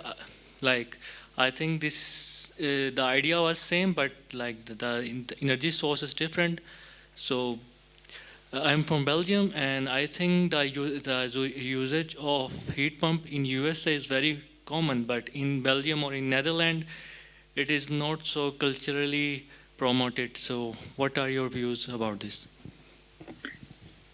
Well, yeah, the biggest difficulty when we have to think beyond the one building and thinking about connecting different buildings with different energy patterns is, I think, mostly legislation that is focused now on separate buildings and to make separate buildings function well. But indeed, heat pump systems are quite easy to take away heat from one building and provide it to the other. I think it's a mindset first that needs to change. Technologically, it's possible because this has already been done in, say, in different building complexes that have shared energy systems. I think now it's very important that cities start to think also on a larger scale and to sort of direct those developments in connecting rather than being separated. I don't know if that's the answer to your question. Yeah. Yes. Yes. Okay. Thank you. Yeah. Thank you. Yeah. I can imagine, of course, this is mostly needed in colder climates like our northern countries, like the Netherlands and Belgium. But I think also in warmer countries like Portugal and Southern Europe, it would be good to think about how to get rid of that waste heat and use it functionally for hot water or for functions like wellness centers or swimming pools. Yeah. Okay. Okay. Next. Okay. I'm Lloyd Monteiro. Thank you for your presentation. It was a great one. My question has to do with the solar panel on the facade. How do you do with the maintenance of the solar panels? What are the solutions for that? Thank you. Thank you for the question. Yeah, actually, maintenance to those panels is very limited because they are vertical. So when it rains, basically they are cleaned automatically. They have a supporting structure behind them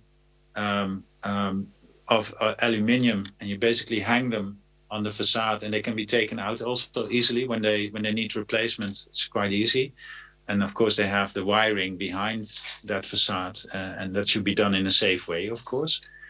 But these solar panels that are actually much less in maintenance than the ones that you put on the roof, because the ones on the roof always catch a lot of dust and leaves and are easily damaged when something falls or drops.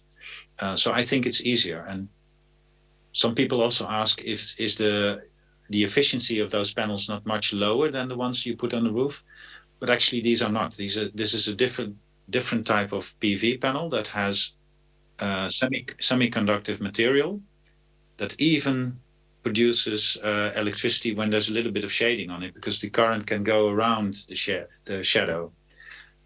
So the efficiency of these panels is 18%, which is actually exactly the same as the ones you put on the roof in a traditional way. Yeah, sure. Where can we find these panels to buy? Yeah, the ones that we used are from a Dutch company called Chameleon Solar. I can perhaps type it in the chat. But there's a few companies at the moment that produce these facade panels for PV.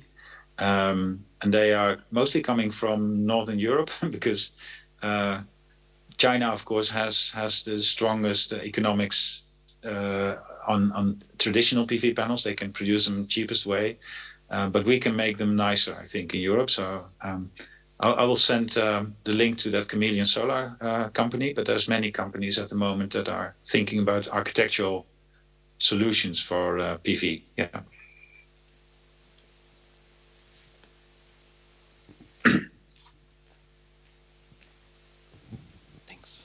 Thank you so much. A question for you. So we're talking about the supermarket putting in the middle of all the apartment complex, etc. Have you considered manufacturing plants or industries and using, every now and then, I'm from USA, so we drive around and there's a lot of industry that just, yes, it's white smog or white clouds that are coming out of those industries. Just thinking that can those be channeled right back into a system which can be reused to heat up houses, swimming pools, etc.? Yeah, thanks for that question. Of course, heat pumps, as we know them, everyone has heat pumps because everyone has a fridge at home and a freezer, which are also heat pumps. That principle of the heat pump is basically the basis of everything, because that can transfer heat from one place to the other in an efficient way. It's right. It's correct that we need companies that think in bigger systems than just a system for one building, and that start to exploit those systems, including seasonal storage. Because seasonal storage is important because we have a higher demand for heat in winter than in summer, and in summer we have overproduction. So I see in the Netherlands, and there's ever more installation companies that focus on building services, that are specializing in to make these more complicated but more intelligent systems. And I think industries are catching up on that, because they need to provide the heat pumps and the exchange materials and the storage capacities that should be in that system. So I think naturally that's going to evolve. And if you are in the industry, I would really recommend to jump onto that train, because it's going to be big in the next few years. Thank you. Know if there is more questions, or if there are more questions. Apparently not. Just a final remark to say that we're very pleased to have you with us, participating on our conference. It is really an inspiring work, and it is important to emphasize one note you left, that is the future. It begins today and begins within ourselves. So it's our responsibility, not only others' responsibility. So I think it's a great message too, and we thank you very much for it. Thank you. You're welcome, and thank you for inviting me. I'm sorry that I can't be there in person, but next time I'm nearby, I will certainly come by. Yes, thank you very much. Okay. So, a coffee break now, but I think 20 minutes is enough for the break. So we'd like to ask you to be here at 22:05. Okay, so thank you. Have a good break, coffee break. We ask the authors of the session to save their presentation in the auditorium computer, please. Não se percebeu, Rita.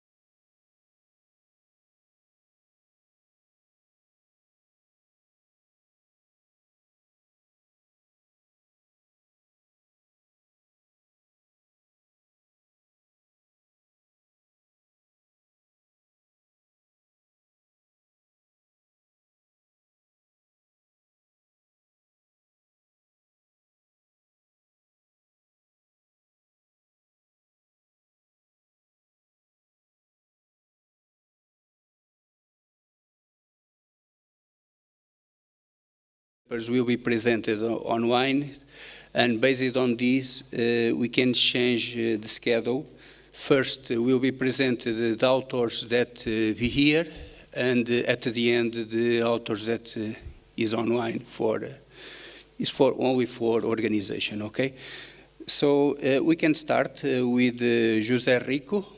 José Rico will be presented the paper, a simulated reliability analysis focus on ultra-critical communications for a 5G network deployment. José, we have 15 minutes. We can start when you is ready. Thank you.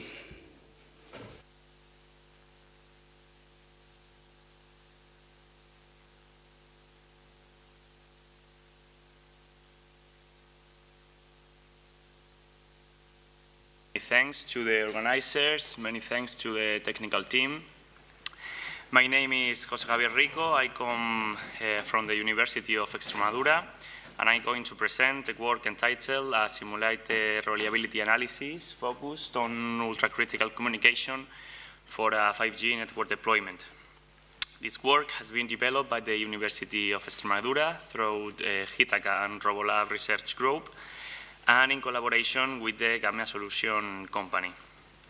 This work presents a simulation study of the performance of a 5G network deployed in 2 stages, compared to a conventional LTE network, focusing on ultra-critical communications such as an autonomous vehicle. This study is made in reference with the Cáceres 5G pilot project for the feasibility of the implementation of one of its use cases. The main technology used in this work is 5G cellular networks. This generation of mobile wireless network has gained prominence in recent years and established a new paradigm of wireless connectivity to serve end devices. 5G was born under the idea of provisioning connectivity to a large number of users with low latency and high data rates in order to meet the requirements of an all-connected society. 5G device service type according to the specific metrics that characterize them. The division is essential for the dynamic resource allocation, which is a key feature of this technology. The type of service are enhanced mobile broadband, focused on capacity requirements, ultra-reliable and low-latency communication, focused on ultra-critical communication, and massive machine-type communication, focused on user density. Another key point is the coordination and synchronization of numerous wireless technologies, such as distributed antenna systems. This translates into several layers of cells, which are distributed according to the size of antennas and the type of the radiation they use. Macro cells tend to use more conventional cellular antennas, and small cells tend to integrate millimeter wave technologies, which provide higher capacity and lower latency links. All these enabling technologies make it possible to integrate 5G with existing cellular networks, industry, and smart cities. Numerous projects are already under development for the deployment of this technology worldwide.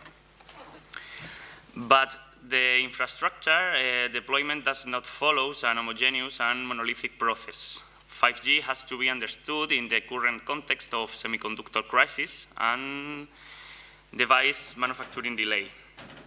In addition, the difficulty of handling millimeter wave technology requires a multi-stage deployment to use the current infrastructure. Therefore, 3GPP standardized the deployments of 5G in 2 stages, starting from an active LTE 4G infrastructure. These 2 stages are known as 5G non-standalone, NSA, and 5G standalone, SA. NSA architecture is based on a coexistence between 4G LTE network and 5G new radio, while the 5G SA network can be considered as a native 5G. 5G NSA is composed of a 4G core network which is connected to two radio access networks, one the LTE, the existing one, and one 5G, the new deployment. These two access networks have difference. 4G operates in conventional frequency bands, and 5G operates in millimeter wave bands. Both access networks, as consisting of multitude of base stations, are connected to each other via backhaul network. And devices will be connected to the network via two links, one to the 4G and the other to the 5G antennas. This is made possible by a standardized technology called dual connectivity. Critical or high-capacity data will pass through the 5G links, and the other data through 4G network. In contrast, SA architecture has native service-based core network, which is connected to an access network composed exclusively for 5G base stations. These base stations are divided into a virtualized cloud part and a physical part, the DU, distributed unit, and RU, the remote unit. And devices will therefore only be able to connect to the 5G network via millimeter wave links. Under this premise, Cáceres 5G pilot project was born. This collaborative project between public and private entities aimed to deploy 5G in the city of Cáceres, in Extremadura, Spain, near to here, and integrates it with a multitude of services in different disciplines, such as autonomous vehicles, telemedicine, virtual reality, and renewable energy generation. The project consists on a staged deployment of the 5G network, with the first stage being a NCA deployment, and the second one a millimeter wave SA architecture. The points of interest of the city are spread through the city and will be interconnected via fiber optic links, or fiber optic networks. The points of interest are the city hall, the university campus, and the minimal invasive surgery center. This architecture will provide the city of Cáceres with a robust and powerful telecommunication network to continue toward its smart city goal.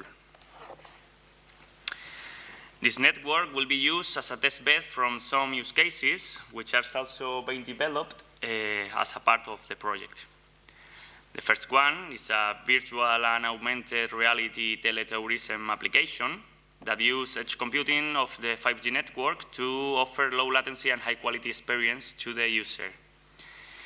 There is also a renewable energy generation smart grid composed of photovoltaic generation systems and wind turbines. Its integration with 5G will enable instant and real measurement for massive data analysis and automatic decision making. Another use case is remote minimally invasive surgery. The streaming and control data for surgical medicine devices is passed through over the 5G network, and this is the key point. Finally, the development of an autonomous vehicle and its integration with 5G network is another use case, is the most important. This ultra-critical communication needs a network with a minimum latency and a high availability for its management. The development and the integration of these use cases is a complex task in a staged deployment, especially when the architecture must evolve in different stages between different networks. In our specific case, the use cases must operate in 4G, 5G NSA networks, and 5G SA solution without errors and without compatibility problems. This presents some problems. The first problem detected is the estimated economic cost, which is very significant, so the correct performance of the network must be ensured once in operation. From an engineering point of view, it's not possible to risk the project without ensuring technical feasibility. In addition, the telecommunication industry presents a delay in equipment manufacturing process due to the semiconductor crisis and the fact that the technology is still under development. This is not only an economic problem, but also a problem of time planning of a project. The second problem is also a factor to be considered. Before the deployment, it must be ensured that that the network will meet the requirement for which it has been dimensioned. Feasibility studies must be carried out to ensure proper operation.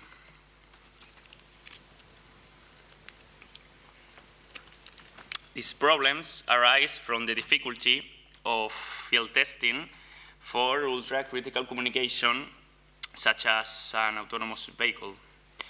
The test cannot be carried out in a conventional way because of the danger involved in the automatic driving and the high reliability required for these use cases. This is why it is necessary to conduct a feasibility study beforehand to determine whether all stages of the architecture, of the proposed architecture will ensure the operation of the use cases.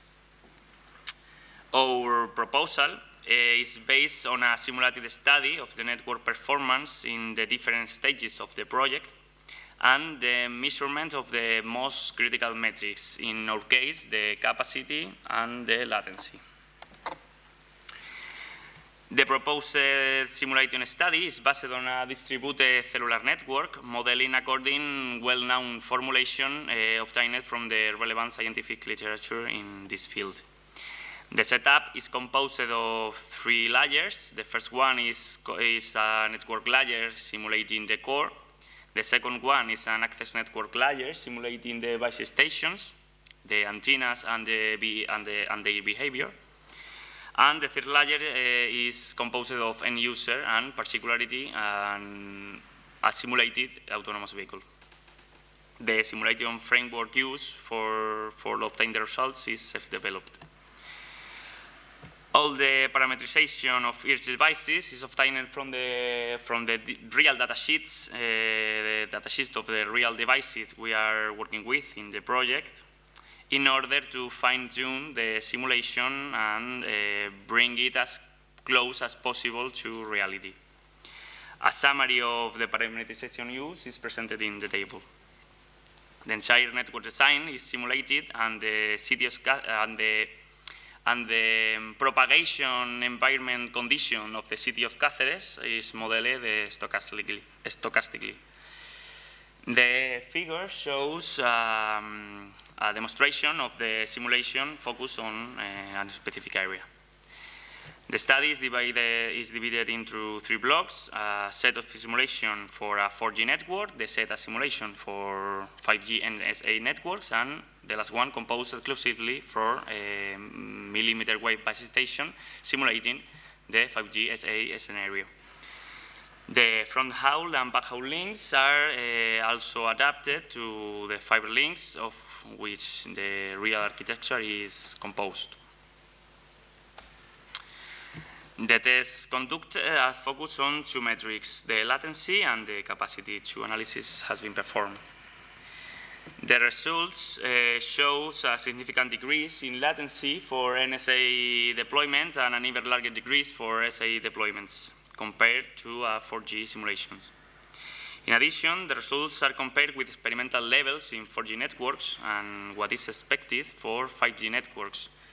The upper line of this graphic represents the real measurement of the latency in a 4G experimental network already deployed. The red one represents the simulated value of a 4G network.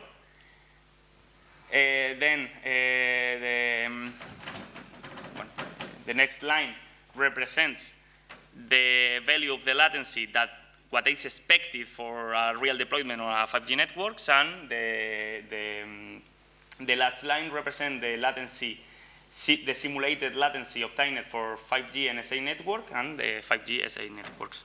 The same is true for capacity analysis. Here, sorry.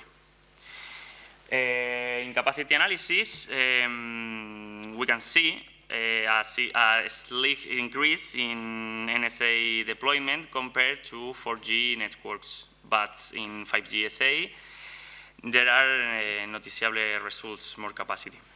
Comparisons are also made with respect the experimental measurement, like the previous one. After the exposition of the problem, the proposed solution and the results comparisons, the following conclusions can be drawn. Firstly, the simulation presents an optimistic results for the operation of ultra-critical communication in a 3 stages deployment. Focusing on our particular problem, the results show favorable performance of the autonomous vehicle. Second, mobility in high cell density deployment suffers and the number of handover increase. This is a big problems of these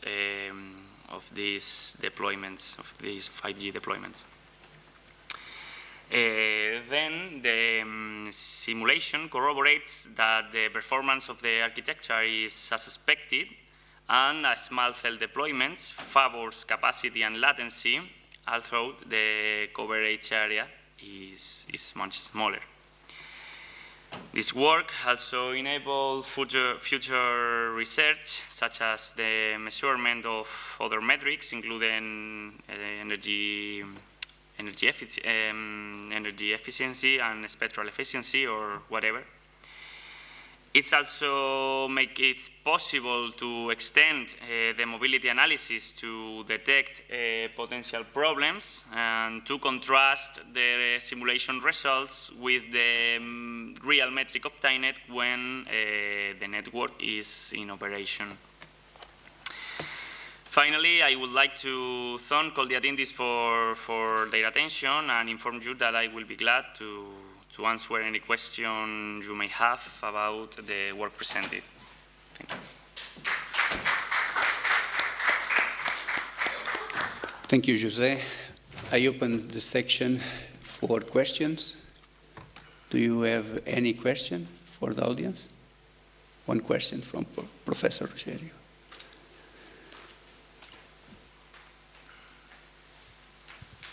Thank you.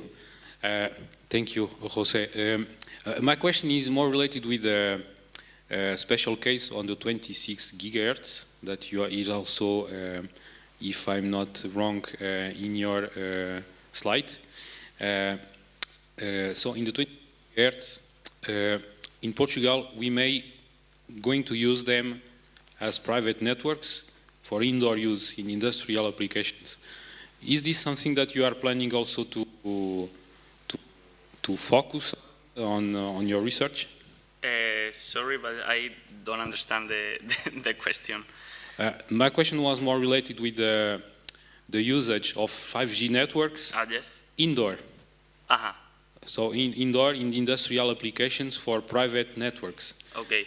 My question was if you are going to plan in the future to also deploy and simulate those use cases. Okay, I try to answer in my English. There is a problem in indoor wireless communication when you use high frequency. When you use low frequency for indoor environments, near field propagation have problems in the electromagnetic field and the receiving devices not working properly. You need to use a high frequency antennas and a high frequency propagation, and this propagation have another problem, that is the electromagnetic compatibility of the devices. You need to find an equilibrium between different factors, and choose the correct technology.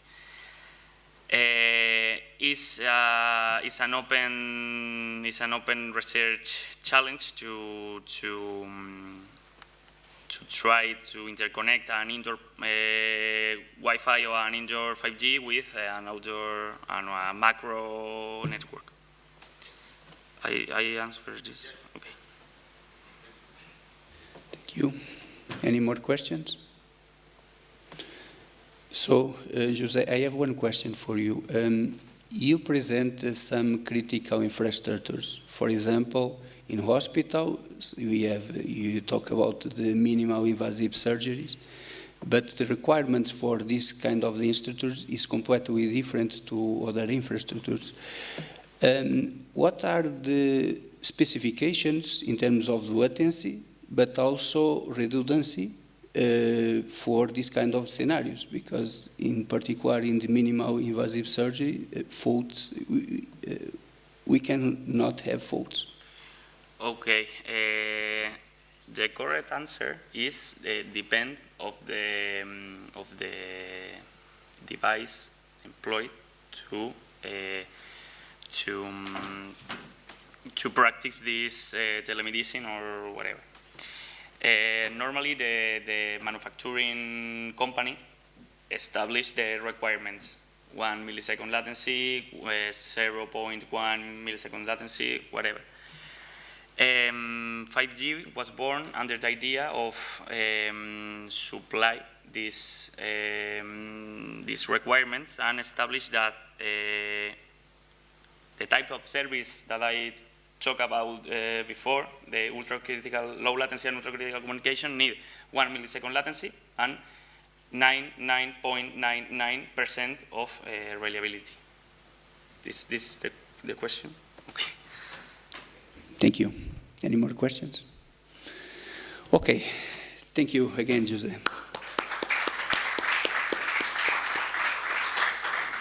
So for the second presentation, any of the authors is here.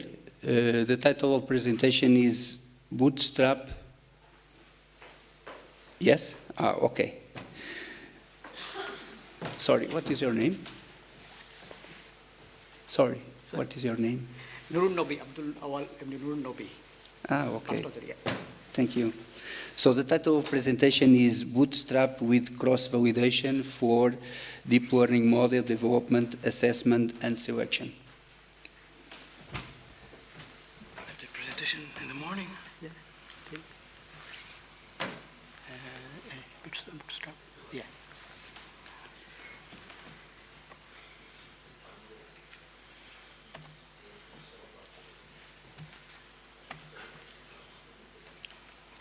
No, it should be. No, it's already. It's fine. Okay. Okay. Hello, everybody. Welcome to our presentation. I am Abdullah Lemdi Nurun Nobi with my co-author, Professor Taffarel from University of Luxembourg, Professor Deborah Lafayette from New York University, Professor Raymond Dino from Bruno Kessler Foundation, Italy, and Professor Ismail Karaz from Karabakh, Turkey, and also Professor Jonathan Lee from University of Waterloo. We are very happy to present our paper in 7th Smart City Applications International Conference, and our topic is Bootstrap with Cross-Validation for Deep Learning Model Development, Assessment, and Selection. So, yeah, we call it Cross-Validation and Bootstrap, KCVB. Okay. Then the objective that we all know that whenever we want to perform machine learning algorithm, especially for supervised machine learning, then we have to get that training set, validation set, as well as test set. So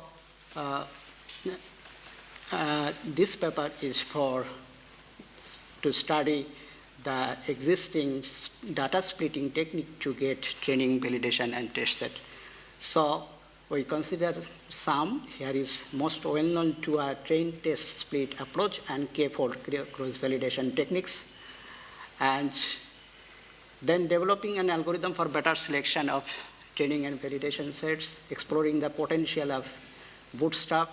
This is a resampling technique, and introducing a method that can assess and improve the accuracy of a deep learning DL model. Applying the proposed method for semantic segmentation and demonstrating it via DL-based classification algorithm, for example, PointNet. So, for the concerned two method trains test split and k-fold cross-validation are not sufficient to achieve generality for the supervised deep learning. They are limited to create new data because, and on the contrary, the bootstrap is a computer-based statistical resampling technique, has been used efficiently for estimating the distribution of a sample estimator, as well as to assess a model without having knowledge about the population. So there is a need to get an appropriate data splitting technique that can provide sufficient generality for the developed deep learning model. Now, for the two approach, train test split approach and k-fold cross validation, we know that train test split approach is just divide the data two parts. First, for one holdout test set, one part is kept separate first at the beginning to use for the test for final one, and the test part is also split into two, that is used to develop model, that is training data and validation set. Alternatively, k-fold cross validation, it is very well known for the machine learning community to get training and validation data. We can say k-fold cross validation, that means randomly divides the data set into k-folds, k groups. And one of the k-folds is used for validation while other groups are for training, and the process of selecting training and validation sets continue k times because it is k-fold. And then bootstrap draws random samples repeatedly many times, usually 100, 500 times with replacement of the same size from a validation set. And these are the figures for just general understanding. So, advantage of using resampling methods. Resampling is the process of creating a multitude of new samples from a given sample. Benefits of using resampling methods, especially for bootstrap, is actually it can evaluate the generality of the model. This is our main objective. Collecting large data always involves more time, so we want to save our cost, human effort to get data, because especially for deep learning, it is the issue that this is a data-driven and data-hungry approach. So in case of insufficient data, resampling methods can generate new data, can be used for classification, performance assessment, and for selection of training and validation data sets, and for classification other purposes, semantic segmentation and others. Okay, so in this paper, in this study, we are going to use point cloud. As we all know that point cloud is, for example, here is a LiDAR-based large number of spatial measurements. They have information of point coordinates. Additional characteristics may be color, intensity, return number, scan angle, and different. So it go more dimensions. Source usually LiDAR, SAR, or products of photogrammetry and structure from motion and as well as different. Advantage of point clouds are especially for image that we know much detail about the shape, size, orientation, and geometry, and point clouds can avoid combinatorial irregularities. So, but as well, it has many challenges. This data is totally sparse, unstructured, unordered data format, no specific format, as well as like image, irregular data density, permutation invariance, as a presence of noise, and as huge volume of data sets. So, we are going to propose a new algorithm that follows especially for 4 steps. And first step is bootstrap couples with cross validation. So cross validation is bootstrap with cross validation, then employing the semantic segmentation algorithm, PointNet, and calculation of evaluation and decision metric, and then finally model assessment and selection. If we go to the flow chart, we will see that this method is start from point cloud we have, then we start to perform a KCV, K-fold cross validation. So we segment the point cloud, the group into K, and then we consider just one, for example, K set is for validation set, the others for training. So we develop, then we train this training sets using some algorithm and validate with the validation set. But for us, it is new that we are not validating with a single set. We just use bootstrap resampling algorithm on the validation set, whatever number we want to go. It depends, it is actually computer intensive. So that's why it takes time, but nowadays we are very much efficient in different types of computer technology. That's why it is the issue that we can go. So we trained a model and then validate it with the number of times, for example, B samples. So this is the way, just we trained this approach trains a model only once, but validates a number of times. This is the step when we bootstrap purpose with the cross validation. Now, how we can train the model? For example, we used a point net algorithm because we know that deep learning approach is very much well known, especially for convolutional neural network. This is very excellent for performing semantic segmentation or classification, especially for when it is based on image, because image is a very regular data format, but for point cloud it is the limitation. So how we can perform? Just in 2017, the QI, ETL, some people, a group from Stanford, they developed an algorithm called PointNet, and they use a DL-based semantic segmentation algorithm. They also do it for part segmentation and for classification. They just fits the points without any transformation. So ingest each point independently and learns points features using a set of shared multi-layer perceptron. So, but there are three modules for that asymmetry function: local and global information aggregation, and two German element data are used for that. And they have some hyperparameter selection process. I am not going to exercise it because of our time. Now, what type of cost function we use? We use MAC. We can also use for overall accuracy, but for MAC, in my earlier paper, which is presented and published in ISPR's conference this year in Nice, that we showed that the MAC has some very good satisfactory results for statistical in terms of consistency especially. So we use MAC as the metric or cost function, because MAC is actually a type of average. So, and it has, when we train the model and go for validation, we evaluate the model. So for first training and just for first validation, we got some MAC. And if we do the training one time and we go for validation 100 times, so we get 100 validation, 100 results for MAC.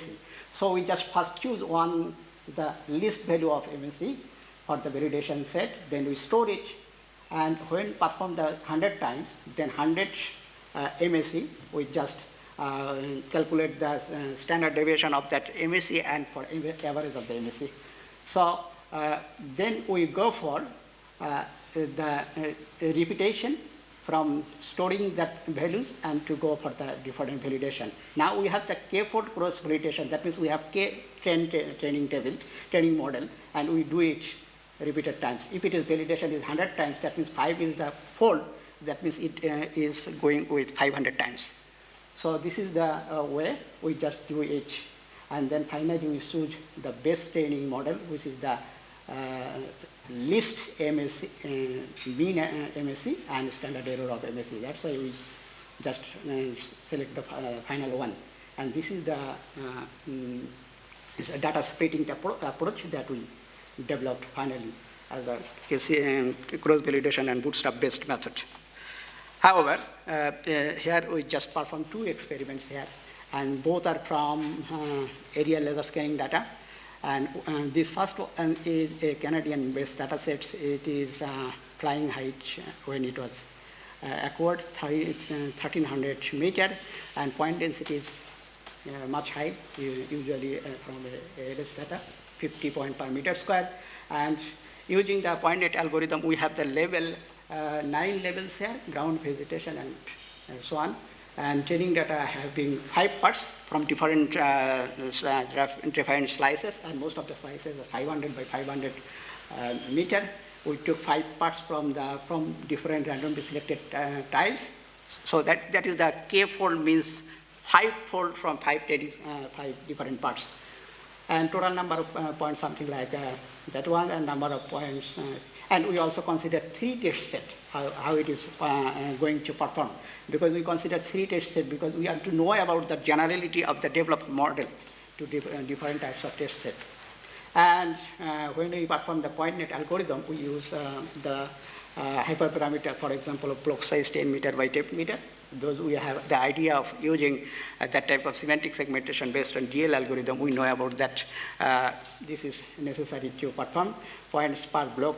It can be vary, but we just consider and got better result for 2048 and best size 32 and epoch 100 times. So what happened for us is we just see that we do it two different way.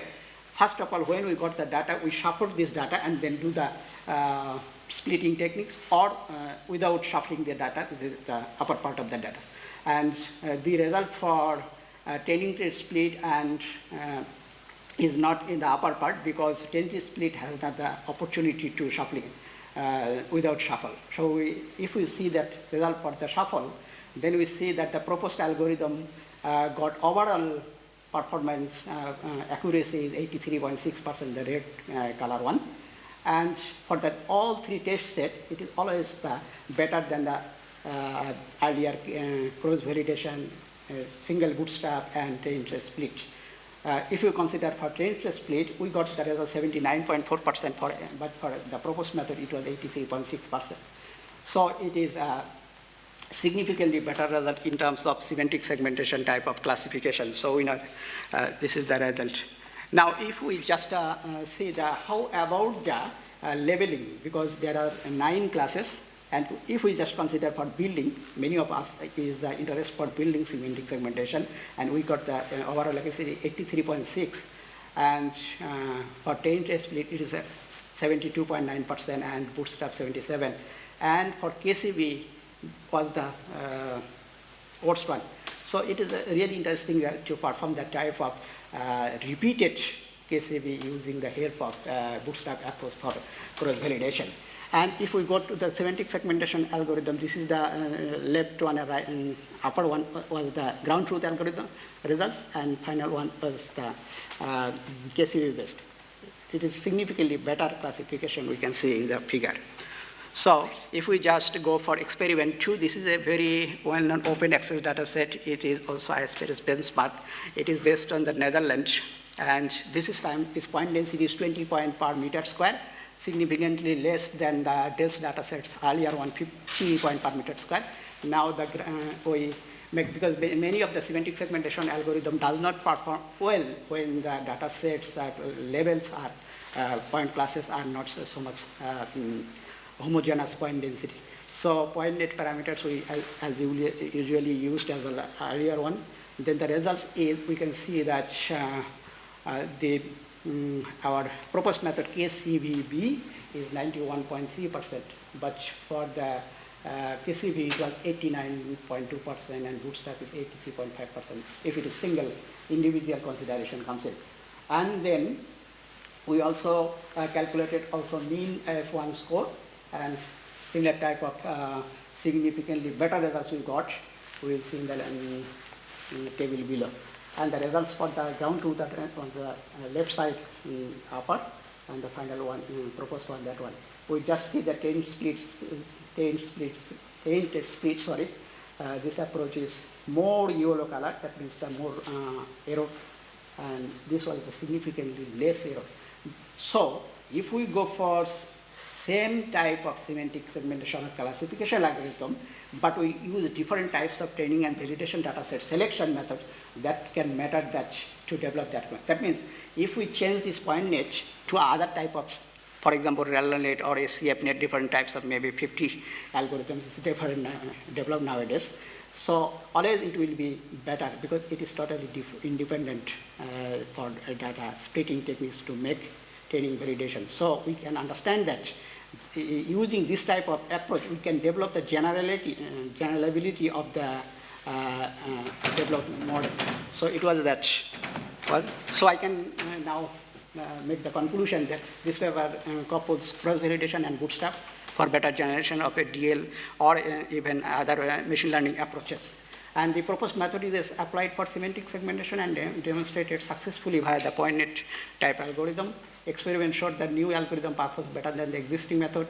And interesting was either less sensitivity to imbalanced classes of training data. That was happened on our first experiment. Results are significantly better when data was shuffled. And this presentation explored that. Whatever method is used for data splitting, we should check its generality from the number of validation sets. And Bootstrap can provide the opportunity for estimating the distribution of an estimator.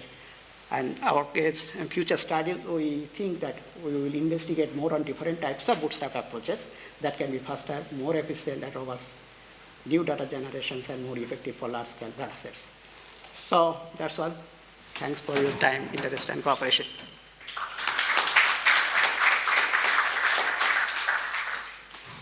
Thank you, Abdul.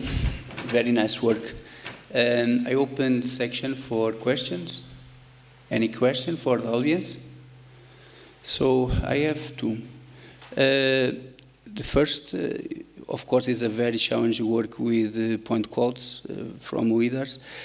And the first question is concerning to the labeling. What framework do you use for labeling the data that you use in the classification?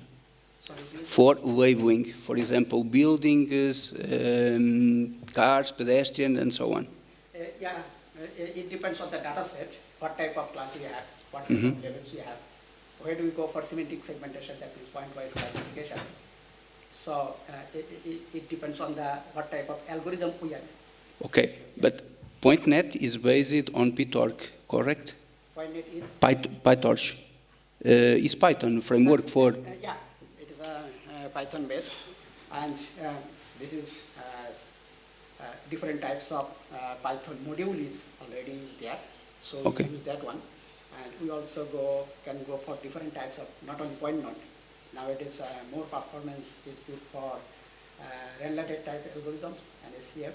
So most of this is very available in the internet. Mm-hmm. So this is not the case. We are just more emphasis on that how we can split the technical test and validation set. And other part is for what algorithm we are building for. This is not the issue, but issue is. Okay, thank you. More questions?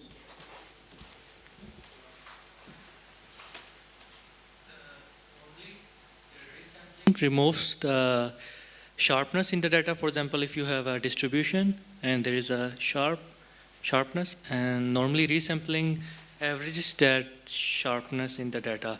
So I have a question that implementing the resampling process affect the distribution process of your technique?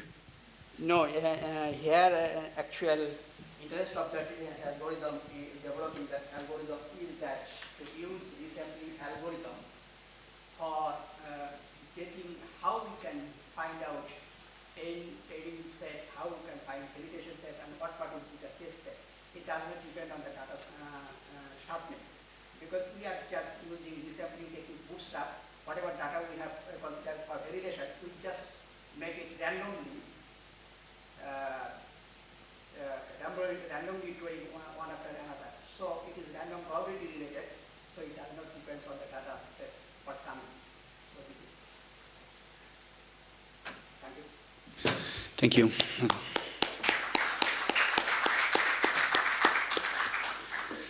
So for the next presentation, any of the authors is here? Yeah? Okay. So the title of the work is Sustainable Energy with Sense Home Monitoring, Managing Energy Consumption in Hotels Through Smart Home Technology. I'm trying to find it.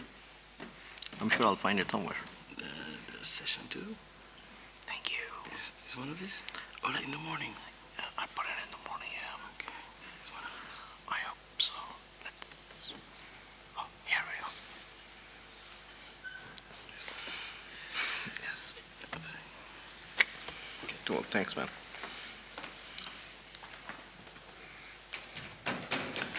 I can start? Okay. Good late afternoon, people. My name is Takir Israr. Today I'll be talking about sustainable energy with sense home monitoring, and we are trying to manage energy consumptions in hotels through smart home technology. I'm an instructor, I'm a professor at Eastern Illinois University in School of Technology, and I worked on this paper with Dr. Nicole Hugo from the Hospitality Management, again in at Eastern Illinois University. So for the next few minutes, we're going to talk about what the objective was, a little bit of the background, methodology we used. We'll talk a little bit about the SCHEM device itself. We're going to take a look at some of the data and the analysis that we have done on that, and then followed by a conclusion. And I understand that this is a little small, so I'll just talk about it.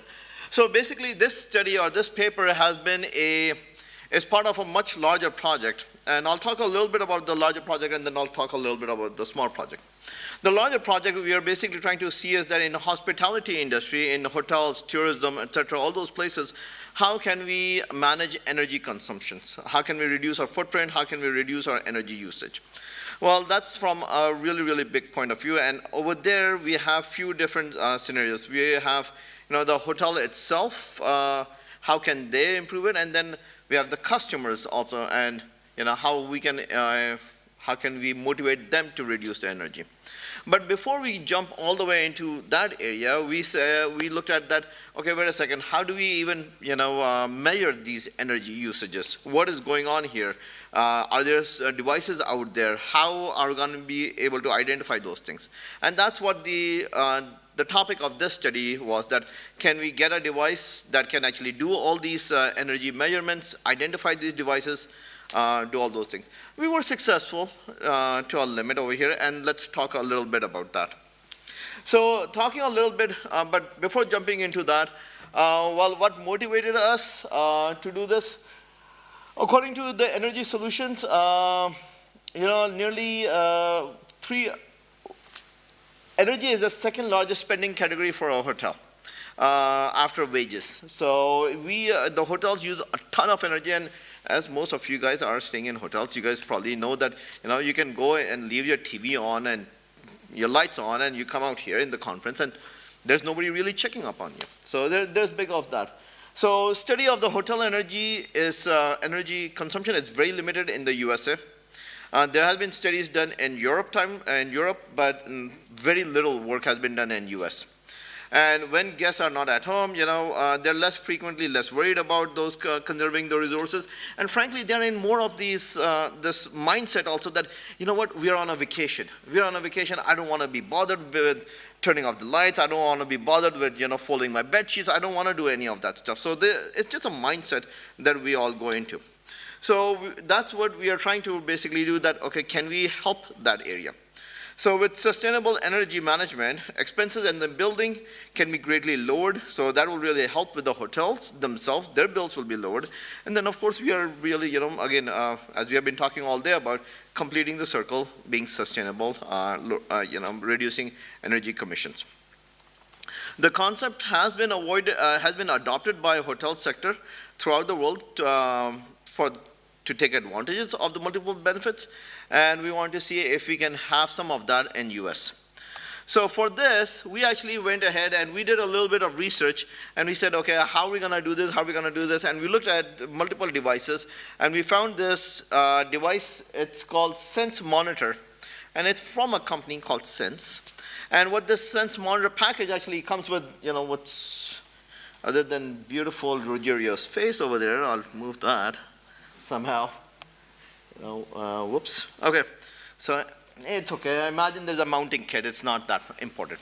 It's not that. The important stuff on the left, and of course, our jury's face is important, right? So we have the sense monitor, we have the current sensors, we have the power cable and antenna assembly. And we did it two-pronged. We initially said that, okay, let's do this in a lab first, and let's see if we can be successful in a lab. And once we are successful in a lab, then we're gonna take another step and we're gonna do it at home. So the first image on the left-hand side is a structure that we actually built inside at our university. And over there we actually, let's see, here we go. So we actually built the structure and we installed an electric panel. We set up an electric panel over there and we installed the smart device, the sense device, and we clamped these wires there. It was really, really simple to actually install. It really required these two clamps to be installed. And sorry, I keep on shifting it. It required these two clamps to be installed, and it required this power cable to be put in one of the circuit breakers. That's all really it was required. And then, yeah, you can install it on, you can mount it over here, or you can leave it on the bottom of the electric panel. It's okay. So now what this does is it actually starts to now record energy usage at this point. And what it does, and this was a little bit frustrating point of view, was that for the first month or so, it just, all it's doing is just, looking at the data, that how much energy is being used, and it's just capturing that, who's using the energy, what appliances there are, all those kind of things. It takes almost about a month for it to become really useful.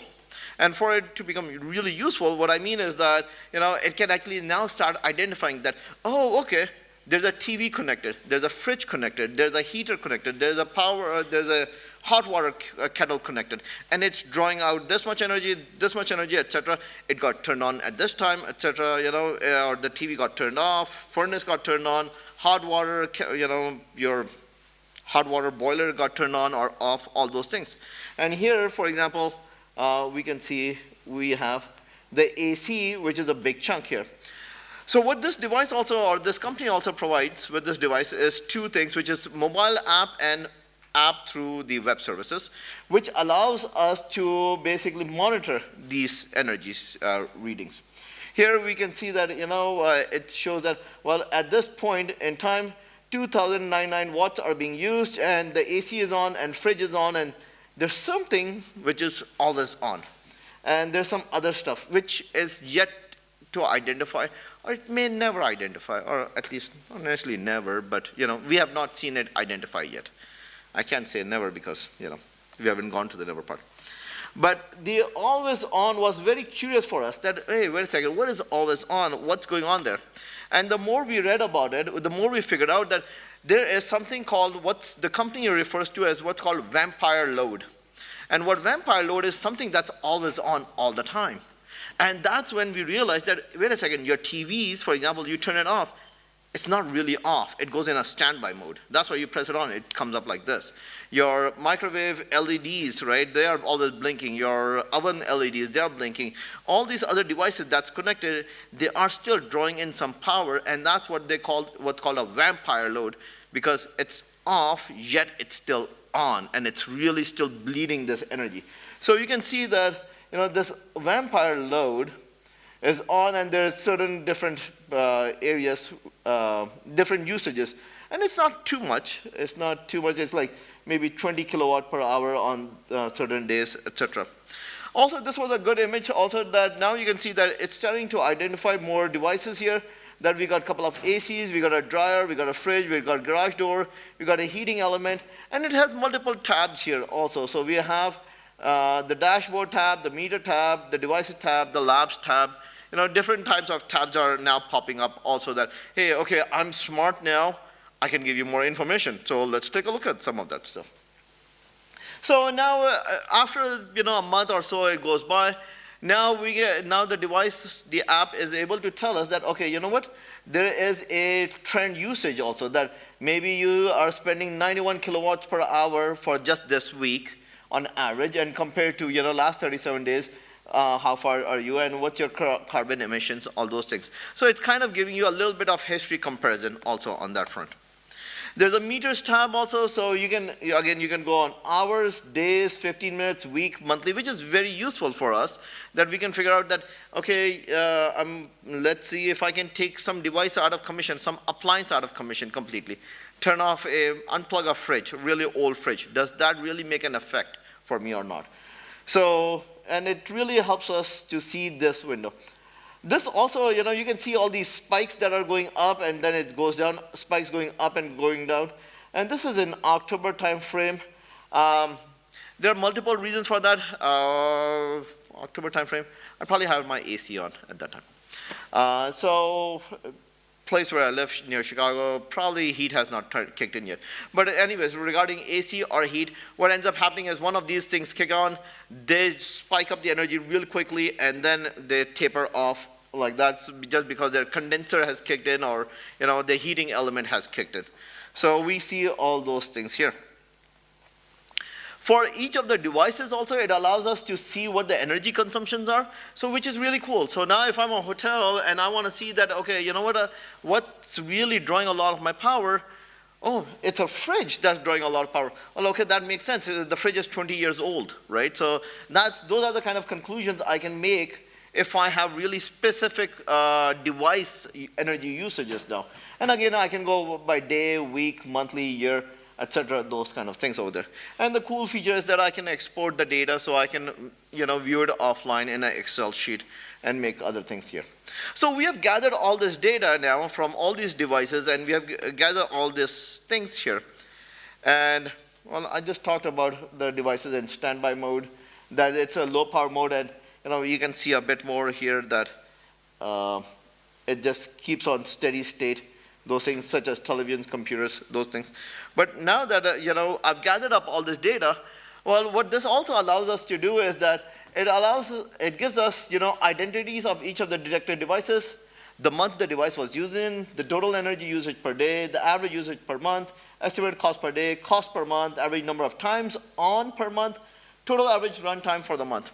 So it's giving me a lot of data through which now I'm collecting all this data, and now it can give me all this data, and what I can do is for each of these devices I have, I can put it in an Excel sheet, and I do completely understand it's very small to see. I do apologize for that.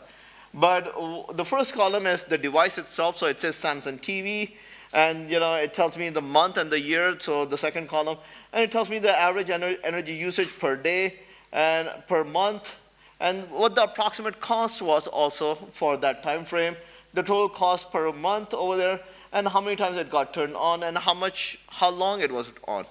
This device was really cool because, as I mentioned, that we started off in the lab. Once we had the lab stuff going and it was working perfectly, I installed this in my own house, and it was a rental house, 1,600 square feet, and this is actually right from my own house, where I had a Samsung TV, and it did all that stuff. What was scary to me though was that it actually knew the exact model of my Samsung TV. So it was like, oh, you have Samsung TV, KV, blah, blah, blah, blah, blah. And I'm like, okay, you know what, this is freaky a little bit. Now it's really telling me too much details about my devices. So I got to be very careful about that. But of course, not everything is perfect, right? So, and again, Rogeria's face messes this up. I don't know if some of you guys have watched Matrix or not from a long time ago. There was a glitch in the Matrix. So there's glitch in the system here also. And the glitch is that, look, on the bottom it says that, hey, this thing got turned on one time and it was on for 2 minutes, 27 seconds. But I have absolutely no data for it. Where did it go? I have no idea. We don't know. Right? We can assume that maybe it's trying to capture the energy consumption of standby devices, or maybe there is actually a glitch and it was not able to capture it fast enough. There are we have seen some of these glitches in the energy monitoring device right now. So the reliability is definitely an issue. The other thing about reliability is that it identifies devices. So as I said, on one hand, it tells me exactly model number for my Samsung TV, but on the other hand, it tells me that a heat element is on. Well, the heat element could be something in the kitchen, bathroom, bedroom, living room, utility, or some other thing. It told me my coffee pot was on. I don't drink coffee. I don't have a coffee pot. So I don't know. or it tells me a motor is on, so it could be any of those things, and it just comes and tells me that, okay, this thing is on. The good thing is, though, is that it allows me to relabel stuff. So when it told me the coffee pot was on, I realized a little while later that it really means my hot water kettle that was on.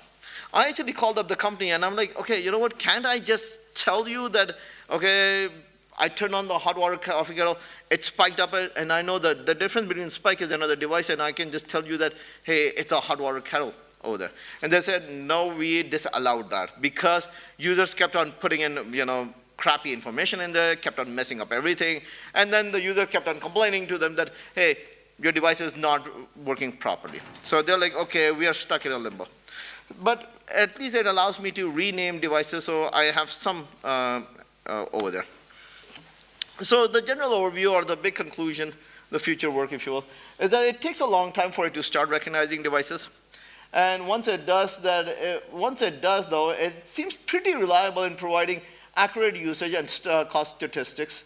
And we want to now explore on how to mount this thing on bigger hotels and other bigger things.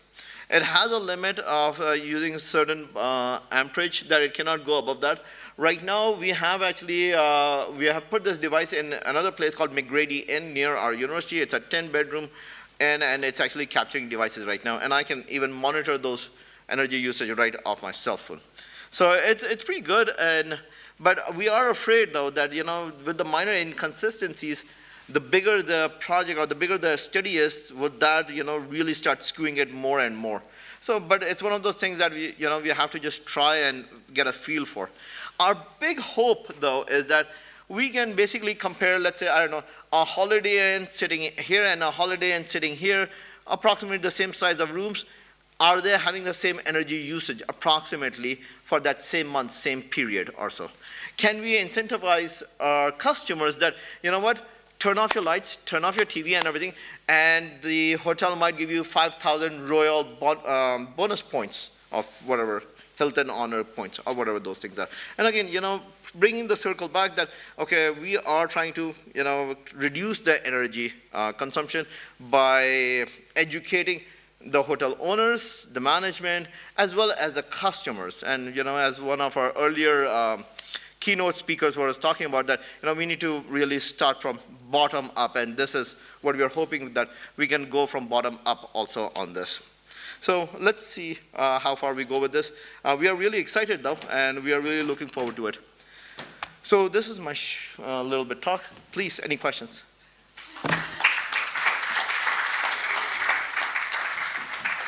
Thank you. Any question for the audience? One question.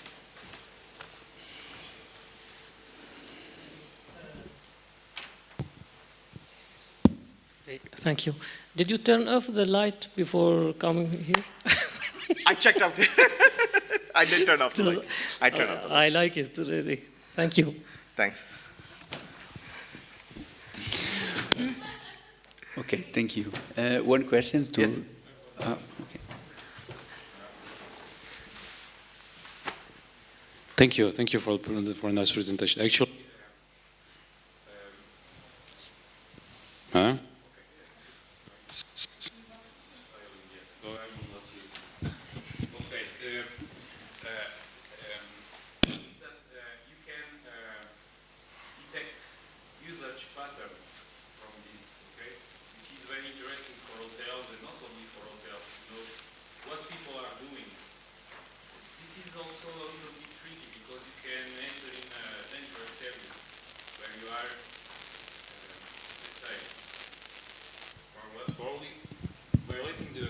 rights of the people.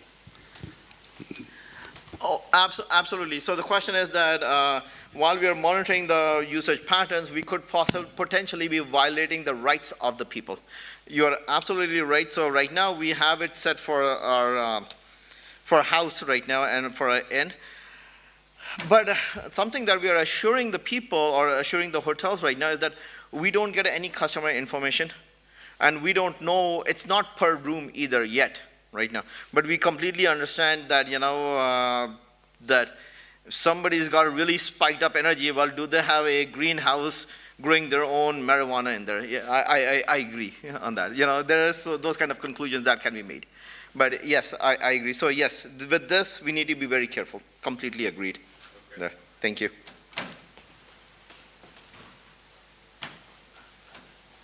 That was very interesting. Nowadays, we are flooded with a lot of smart products. I would like to add that maybe we can ask the provider, the manufacturer, that maybe we should add some energy consumption dimension in their product. Like we can, through the smart product, we can see that when the product was turned on or off, maybe, and then we can maybe ask the manufacturer that maybe you can add how much energy is that product is using or not. This is just my suggestion that after seeing your presentation. Thank you. So yes, and that's true enough that we could ask the manufacturer to include that. And the last fridge I bought, I think it had a yellow sticker saying that it's whatever 20 watts or kilowatts in a month usage or so. So they do give a little bit on that, on those things. Do they give you absolutely accurately? No, they don't. Would they actually do that? They may not, because at one point they were trying to sell you the features which are a little bit more attractive to you than, hey, look, it's got 2 lights inside instead of, saving a bunch of money in there. But you're right, if the manufacturers end up doing that, that will be really cool, that they can actually tell us that, hey, your device actually used this much energy. That would be awesome. Okay, thank you. Thank you, guys. So we jump the next presentation because it's online. So the next presentation will be performed by Pierre-François, and the title of the paper is Cybersecurity, Risk Management to Integrity WAN Data Transactions, Application to Indonesian and French WAN Administration Systems.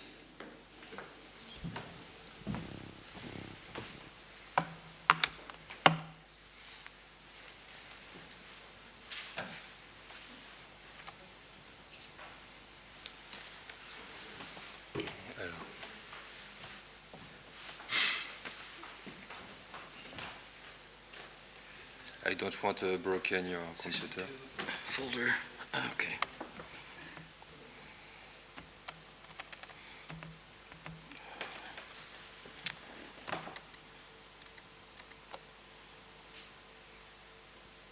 Is this one? Ouais, ouais.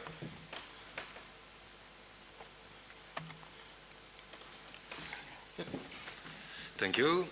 My name is Pierre-François. I come from Indonesia. My topic is about the cyber security, about the LAN data transaction. Today we will speak a lot about the manner to capture the data, the analysis of the data. May I speak about to protect the data, the LAN data. I don't know if some people are owner of a land here, but we will speak about how to protect that.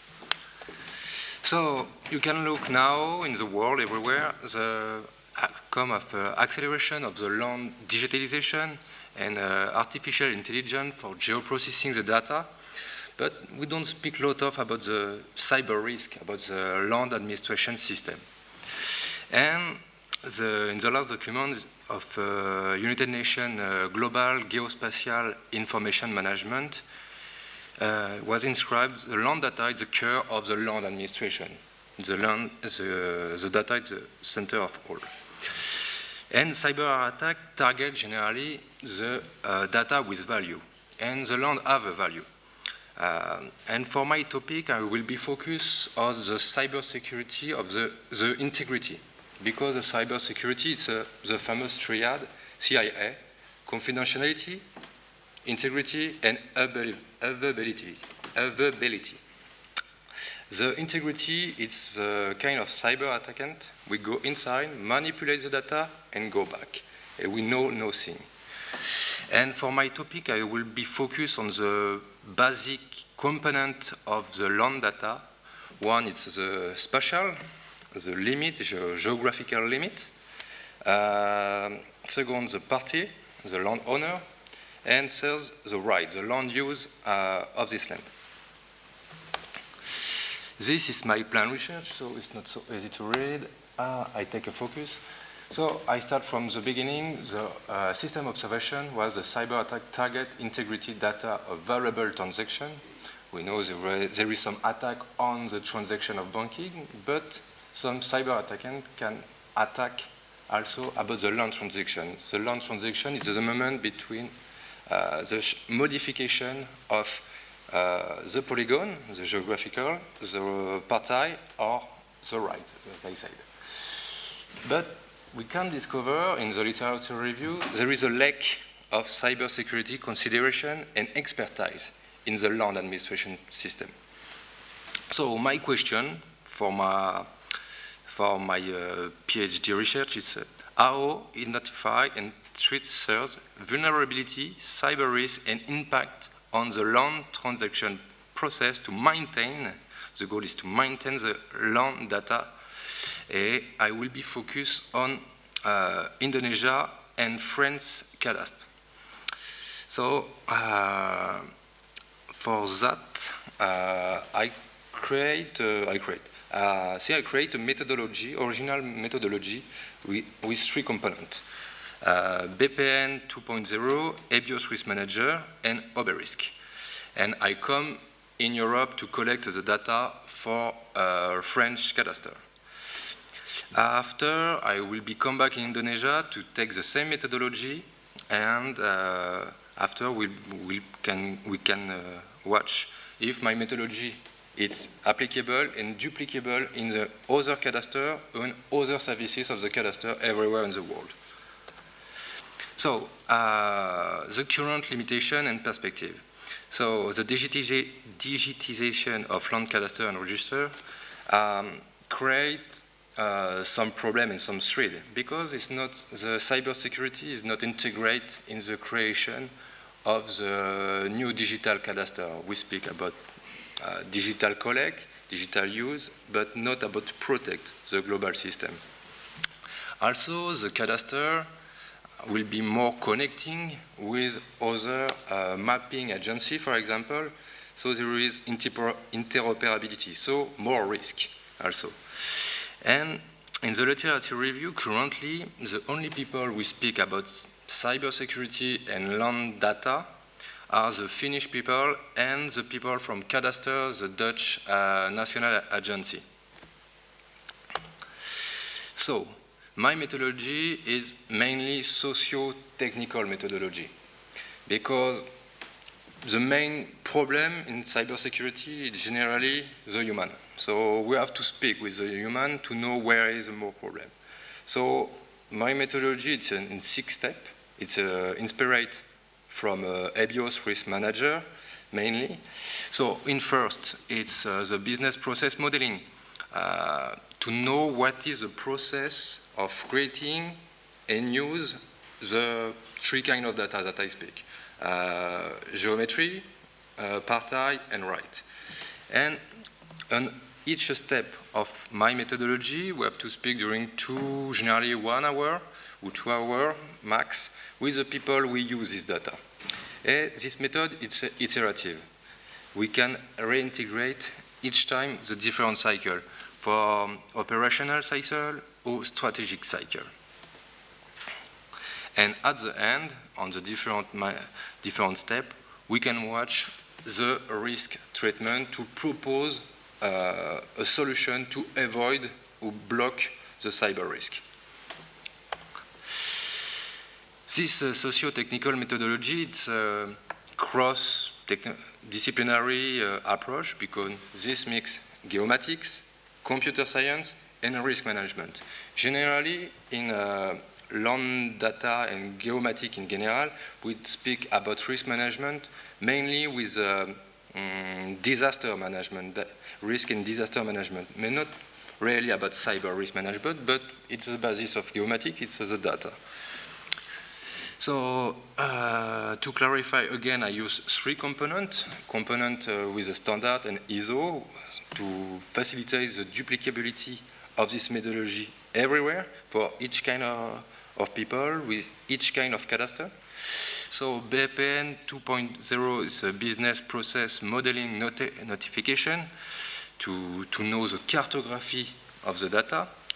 After, I'm inspired by EBIOS Risk Manager.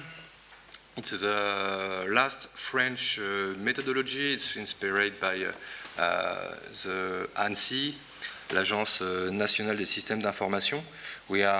This national agency is here to protect the public data and also to accompany the private sector to protect him.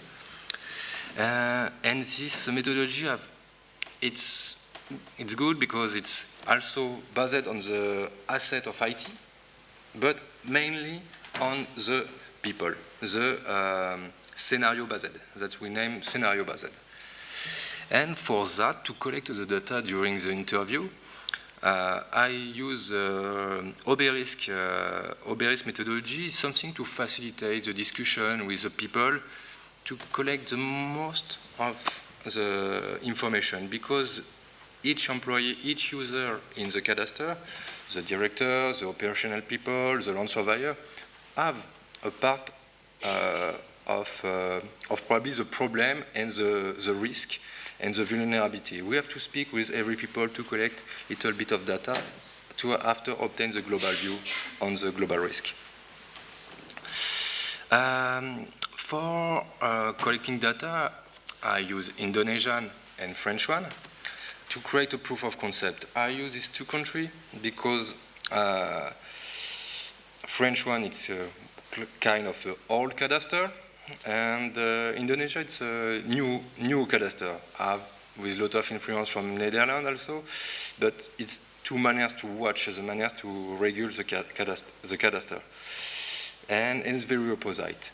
If my methodology is good for Indonesia and France, that we can develop it more in other contexts. And to conclude and use other perspective, for me, at this moment, I'm just focused on the point one, the storage to the land use. After, I want probably explore the cyber risk management from the capture of data, from Theodolite, point cloud, other manners to other capturing data. And the third one will be go directly from the capture to the other application with maritime, coastal, land valuation, mapping agencies. There is plenty of application of cadastre. And other evolution is to integrate this methodology, if it's validated, in the e-governance of tenure that we will in a lot of countries in the world, SOLA, FFPLA, OMAST. And also something interesting is for the evolution of the cadastre with to the cadastre in 3D or in 4D. We use the BIM data. Thank you.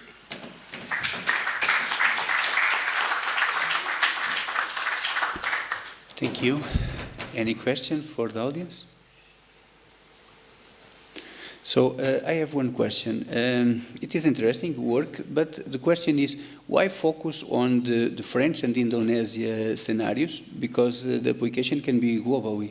These countries have specificities to be focused, or do you focus your work in these countries?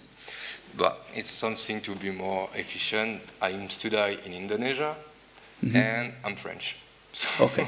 It was something to use on both sides, but badly there is 2 days ago French cadastre to decide to work in other manner. So probably we will change of country finally, probably in Switzerland or other country. We don't know.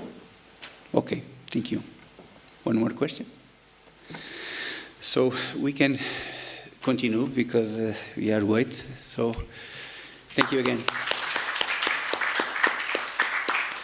So the next presentation is low-cost global navigation satellite systems, low-cost GNSS for mobile geographic information system.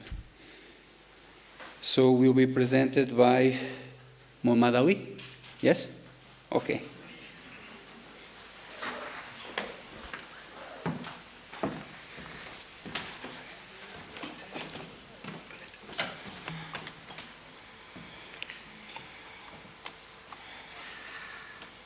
This one, yes.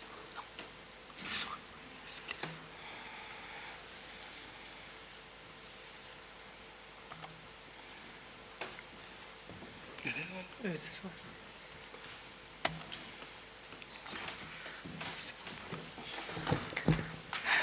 one. Hi everybody. So we'll present our work at the STP in Paris, France. This work is done by myself and my colleagues Rani Moush, Mushtaba Aslahi, and Ilham Farzdagi.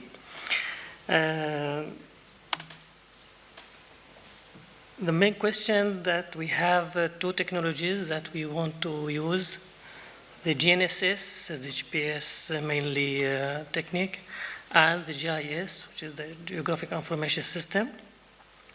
We have to have a good precision or accuracy in the GPS. We have to use correction network, which is not free normally. But in France, we have the opportunity to have one which is free, Centipede. From 2 years ago, mainly it was for the agriculture uses. And we have a new equipment like low-cost receivers and antennas, which make it possible to have a good accuracy using these equipments. And the GIS also, we can use lots of application in the telephone, and so Android or the other one, which is free or doesn't cost a lot. Free is free, but is it good? This is a question that we want to have the answer. So we have some objectives. This work was done with our students also for about 2 years. So these objectives was the investment of data from low-cost GNSS in mobile GIS, and the use of GNSS observation surveys with low-cost antennas based on the Centipede network to determine their precisions in real-time kinematic mode, and the test of an application which is called SW Maps for the mobile, the GIS application, and finally to verify the consistency and reliability of the data. Our methodology is to do three main experiences. We will start by testing the Centipede network. So for this, we will choose 2 stations from this network. As you see, it is mainly in France, and it's spread out to reach Europe countries. And last month, one of our students, which works with us in this project, he installed a new station in Côte d'Ivoire. So it is good initiative to spread out in Africa and in Asia, maybe. Mainly we will work at the STP in Paris. So this is the first experience, the region. And we have 2 points from this network, Centipede, 18 kilometers away and 19 kilometers away. The question here that we have no idea about these stations, the quality of these stations. So this is free, but we have no criteria, no feedback. So we have to examine these stations, if the reliability of the data that we can have. For this purpose, we have 2 benchmarks in our high school, the STP. Their coordinates are known. we have these equipments. We have two students already and two antennas, which are IP66 and IP67, which is the last one, which is calibrated. There is a difference in prices of both of them, so we wanted to test the possibility to use uncalibrated one also, IP66.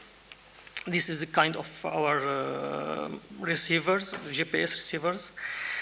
And we have to use a portable computer to install the software that we will need to do the experience also. So for the portable software, we use SW maps, as I said earlier, to data collection and to make the storage and the visualization. So it's easy to use, and we can have the files in shapefiles, CSV, Excel, KML. So we can integrate this kind of extensions in the ArcGIS, for example, if you want. So just to some configurations to make it easy for the other users, I hope. Just to be sure that we are connected with the Centipede network, and to have the kinematic, the quality for our measurements is fixed, so we will have a centimeter precision for our data. When it's done, we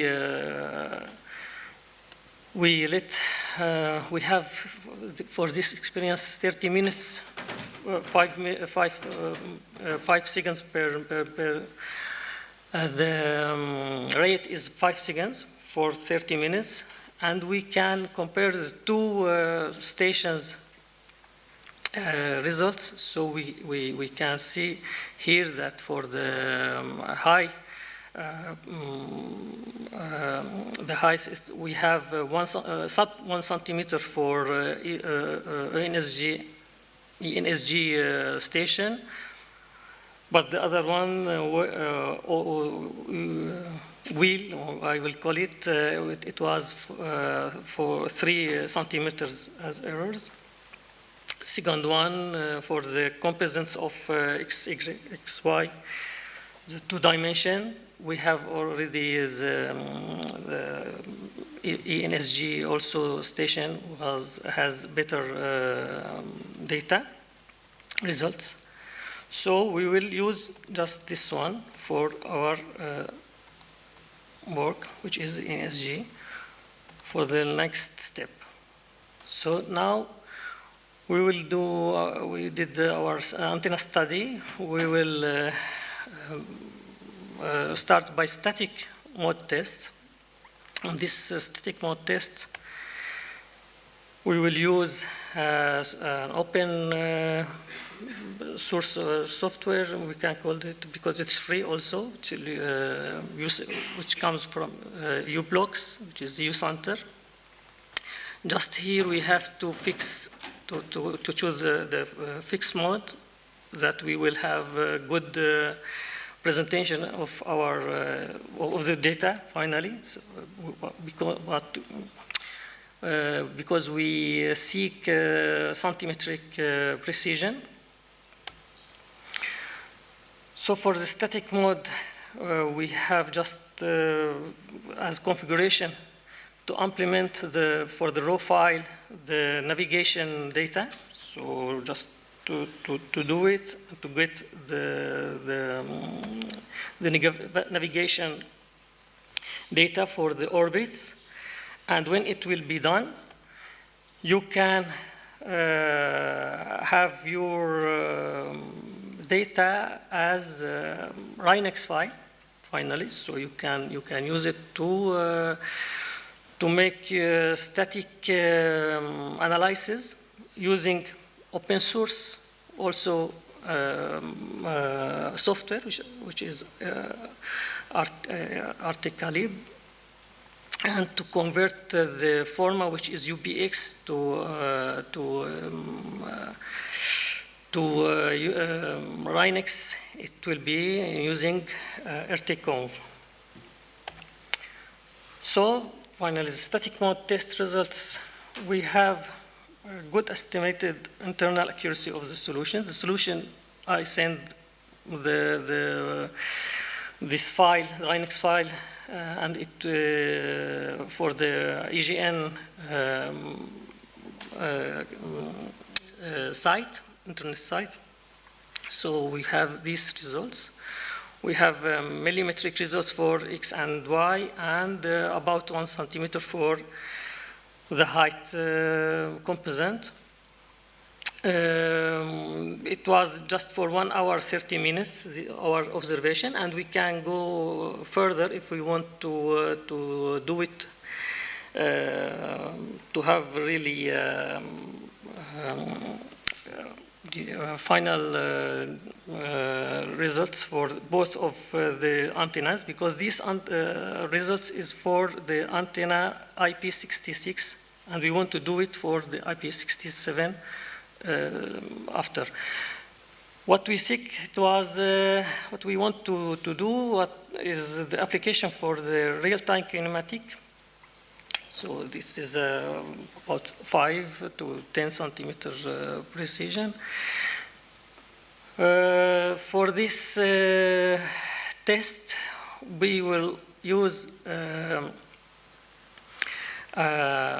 like a GNSS receiver, which is more expensive, much more expensive of what we use for now, and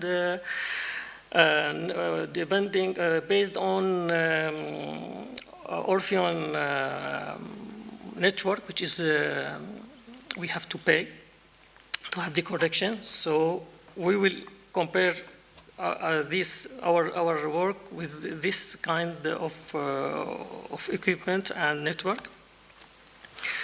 So this is where we did our experience. The 3 IP66, IP67, and the Leica antenna, and we make. We choose already about 30 points to compare, to see the differences between these points in X, Y, 2 dimension, and the height component also. Excuse me. So for the differences in centimeter about the low-cost IP66 F9P, comparing with the Leica G16 and the network paying Orpheon via Centipede, which is free, we have difference about 2 centimeters. For the differences of 2 centimeters in altimetric of height, and 4 centimeters maximum, the mean of in 2 dimensions X, Y. And here we have the difference between IP66 and IP67 calibrated antenna this time. And we see that the red one is for the altimetric, for the heights, and differences. The blue one is for 2 dimension, and we have approximately 2 centimeters in differences. This is just a sample of the data to compare, to have an idea, to respond to the question of the beginning: it is free, but is it good? So we have a difference is about 2 centimeters. An absolute difference between the antenna's accuracy is 1 centimeter, so we can use an IP66 antenna instead of calibrated one. since the accuracy for us 3 centimeters maximum is satisfactory for many applications in surveying work. And finally, to integrate these data into GIS, the objective was to be able to elaborate mobile GIS from data coming from low-cost GNSS hardware. This is why, in addition to our 2 low-cost antennas, which cost about 300 euros, coupled with the U-Blocks receiver with about 70 euros, we had to work with the Centipede network, which is a free access, so we can have really work with equipment which costs, and a network which is a free one, to have good applications finally in the surveying and GIS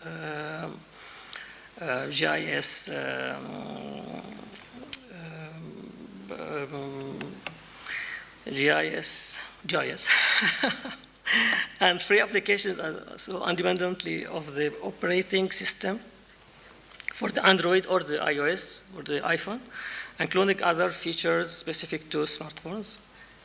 Here we compare 4 applications already to GIS, which are downloadable in the iPhones and the Android. We use this one, which is SWMap, and we want to use the other one, which is QField, in our future studies.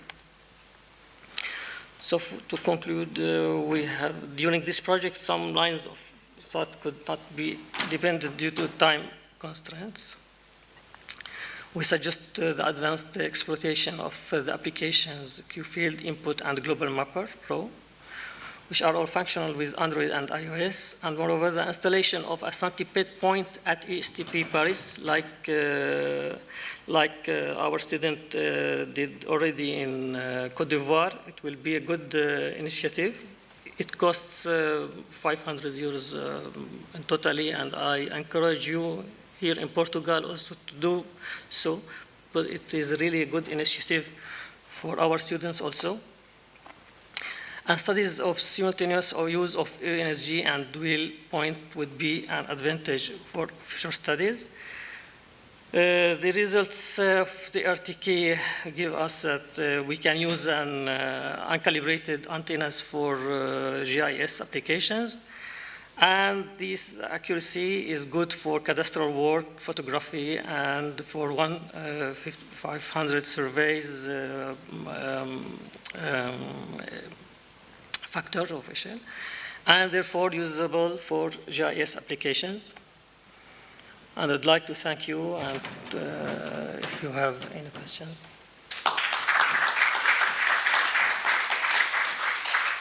Thank you. Any question from the audience? No? So thank you again. You are delayed and need to continue. Okay. So thank you. The next presentation is performed by Inde Mesturi. The title of the presentation is Intelligent Multi-Sensor Mobile System.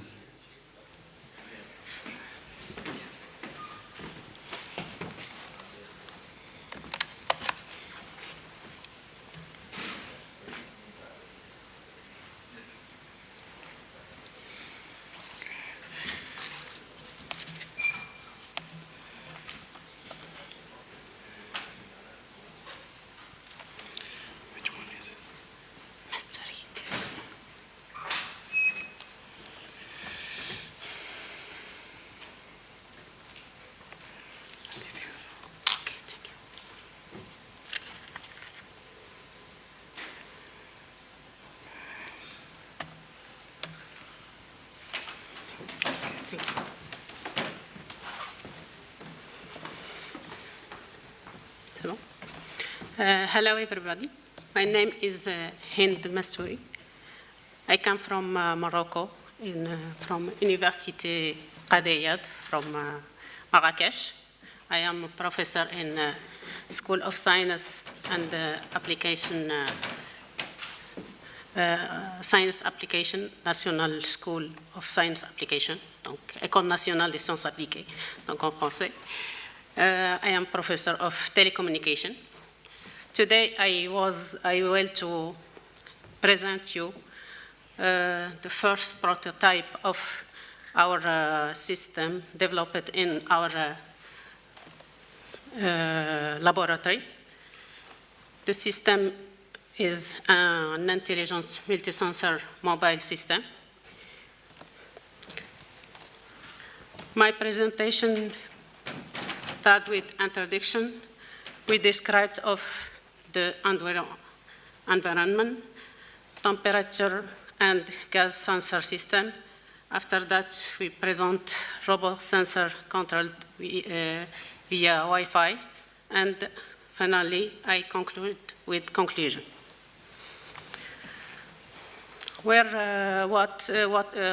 Our prototype is to develop a system able to detect different I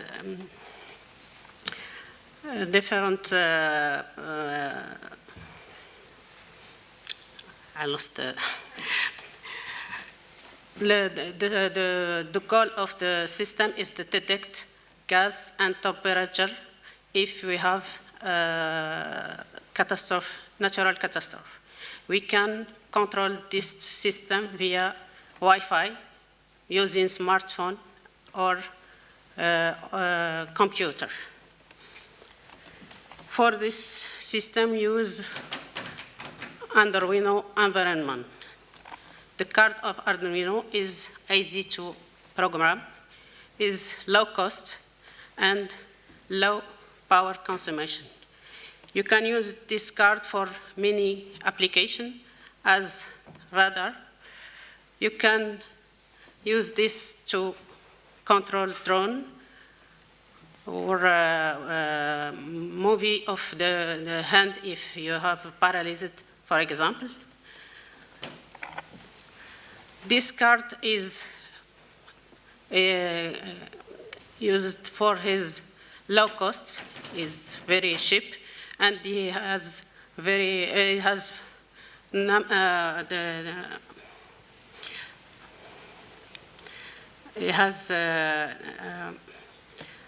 outside and inside electronic and analogic and numerical outside and outside. He uses low power for the 10 voltage, and you can program this card simply. We use for programmation of this card the Arduino integrated development environment can edit program. You programmed with the language C or C++. You can compile and communicate with interface of Arduino. You use also freezing program. He allowed us to concept the electronic circuit. After that, we use another program. The Arduino application is an Android application. You can use this interface to show the result and to remove or control it remotely or at distance your robot. Now I present you different components of this system. We chose temperature and detection gas sensor who is cheap only to test our prototypes. The first component or sensor is LM35, is calibrated and in the factory. It is easy to use. He uses only sample voltage to 13 volts, and here he allowed to convert voltage to degrees. The second sensor we use is the second gas sensor, MQ2. He allowed us to have analogic and digital output. He detects smoke, propane, butane, methyl alcohol, and he have also 5 volt input. We use breadboard for electronic circuit, and for removing or our system to detect all the environment, you use a servo motor. He can turn around of the system. And now I want to show you the development of a simulation model of our system. You can simulate in freezing the difference of components with his characteristic and connect it to Arduino card. Here we have the real prototype of our system. We use also the LED, for as actuator if we detect gas or temperature. We have the LED is aluminum. We can use also other actuators. The block diagram of our programmation. First, we initialize the system. The servo motor is running. If the system detects temperature, he's applied result. If it's detecting gas, he has choice. If the value of concentration of gas up there and equal to 200 millivolts, he stop moving and he turn a buzzer, for example, and display result. If not, the servo motor continues to removing. Finally, the first prototype, or real prototype of the system is like that. After that, we have testing the detection of temperature. First, we precise the first value of temperature without presence of flame. And after that, we put the source of temperature in near of the system, and we change the distance. We find that after only 20 centimeters, we have saturation of sensor. Gas detection. For the gas detection, we can't detect the angle of arrival of the gas. But the result, if we have higher concentration of smoking, the voltage is higher also. The second part is to remove or to control the system via Wi-Fi. We chose for connection with Wi-Fi the card ASP8266 model is pre-programmed with AT controlled configuration, is simple to use. We can connect it with our smartphone or computer. To mobilize the system, we use DSI motors. He transformed electronical converter to electric to mechanical movement. Working is the both direction. And integrate circuit L293D is to control this DSI motors. This is the finally version, or first version of our system. We can see the different components of this system. We have a battery of 9 voltage, VV, motor driver, and we use a buzzer for detection, in case of detection of gas, and Arduino, and card of Arduino, and DC motor. This is finally prototype of our system, and also we have the programmation of the system in freezing software. Finally, the version can you say in your smartphone is this one. You have the result of detection of gas and temperature. The second one, you can move the robot in different direction.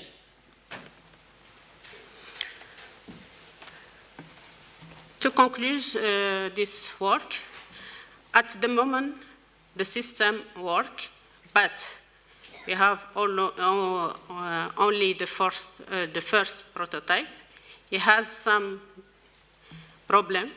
The first one, for real reason, in the case of fire, you must protect your system because the detection of fire is about 20, the maximum about 20 centimeters.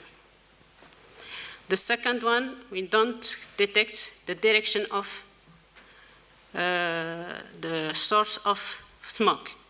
We are working in this point. And the third one, the movie of the system. If you have obstacle, the system is stopped. Then we are taking to use ultrasonic sensor to avoid obstacle, to avoid obstacle. Thank you for your attention. If you have any questions. Thank you. Any question? So we are very divided. Thank you again. If we have any questions, we can ask after the end of this session. Thank you. So we have one more presentation. This is online. Is the last, but not the least. So will be performed by Rakesh Dubey. The title of this presentation is GIS-based smart noise mapping to compare organized traffic and unorganized traffic for a developing city. So, Rakesh, you can hear me here?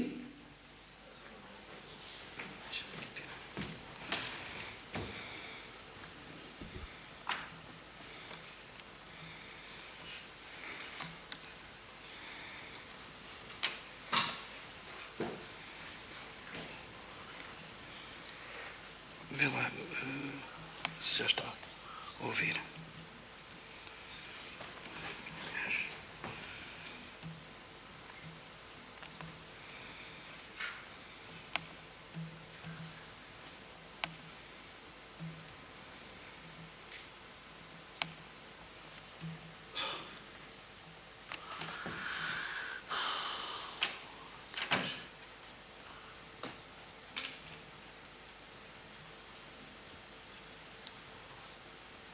Será esta?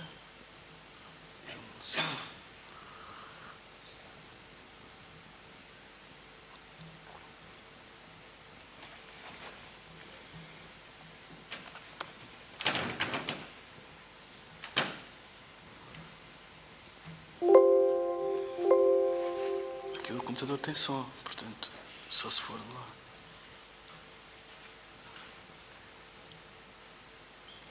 Hello. Hello. Can Hello. I start? Yes, you can start. Thank you. Yeah. Hello, everyone.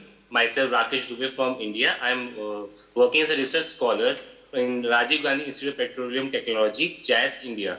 My topic is GIS-based smart noise mapping to compare organized traffic and unorganized traffic for a developing city. Introduction. Noise is a prevalent problem that poses considerable health risk.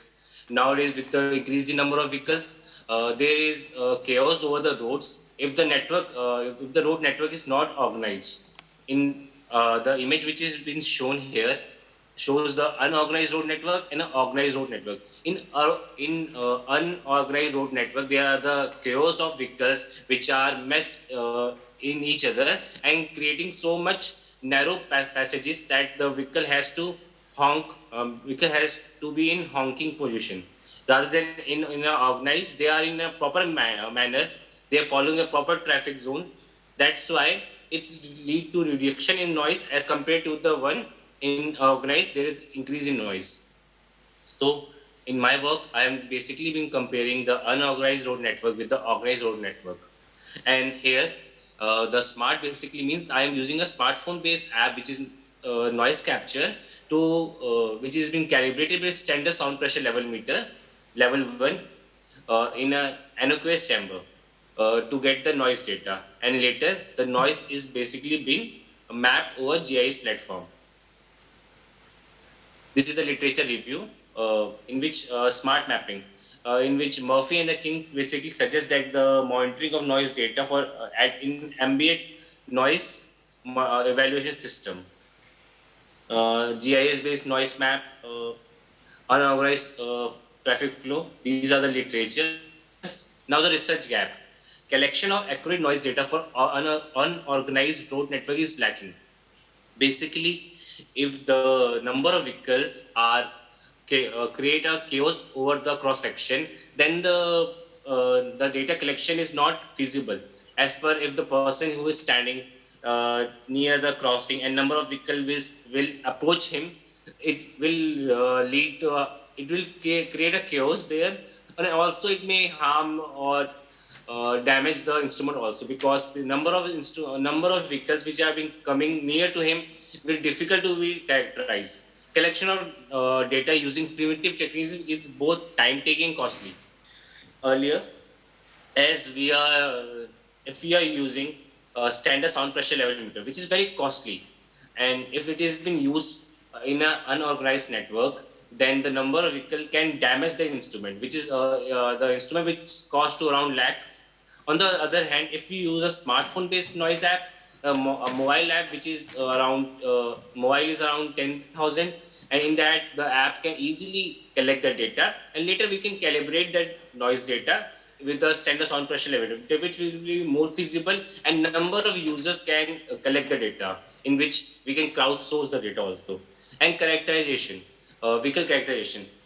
Vehicle characterization basically is done if the image which is being taken from a Google Earth, the number of vehicles are there. The vehicles are characterized on the basis of small, large, medium.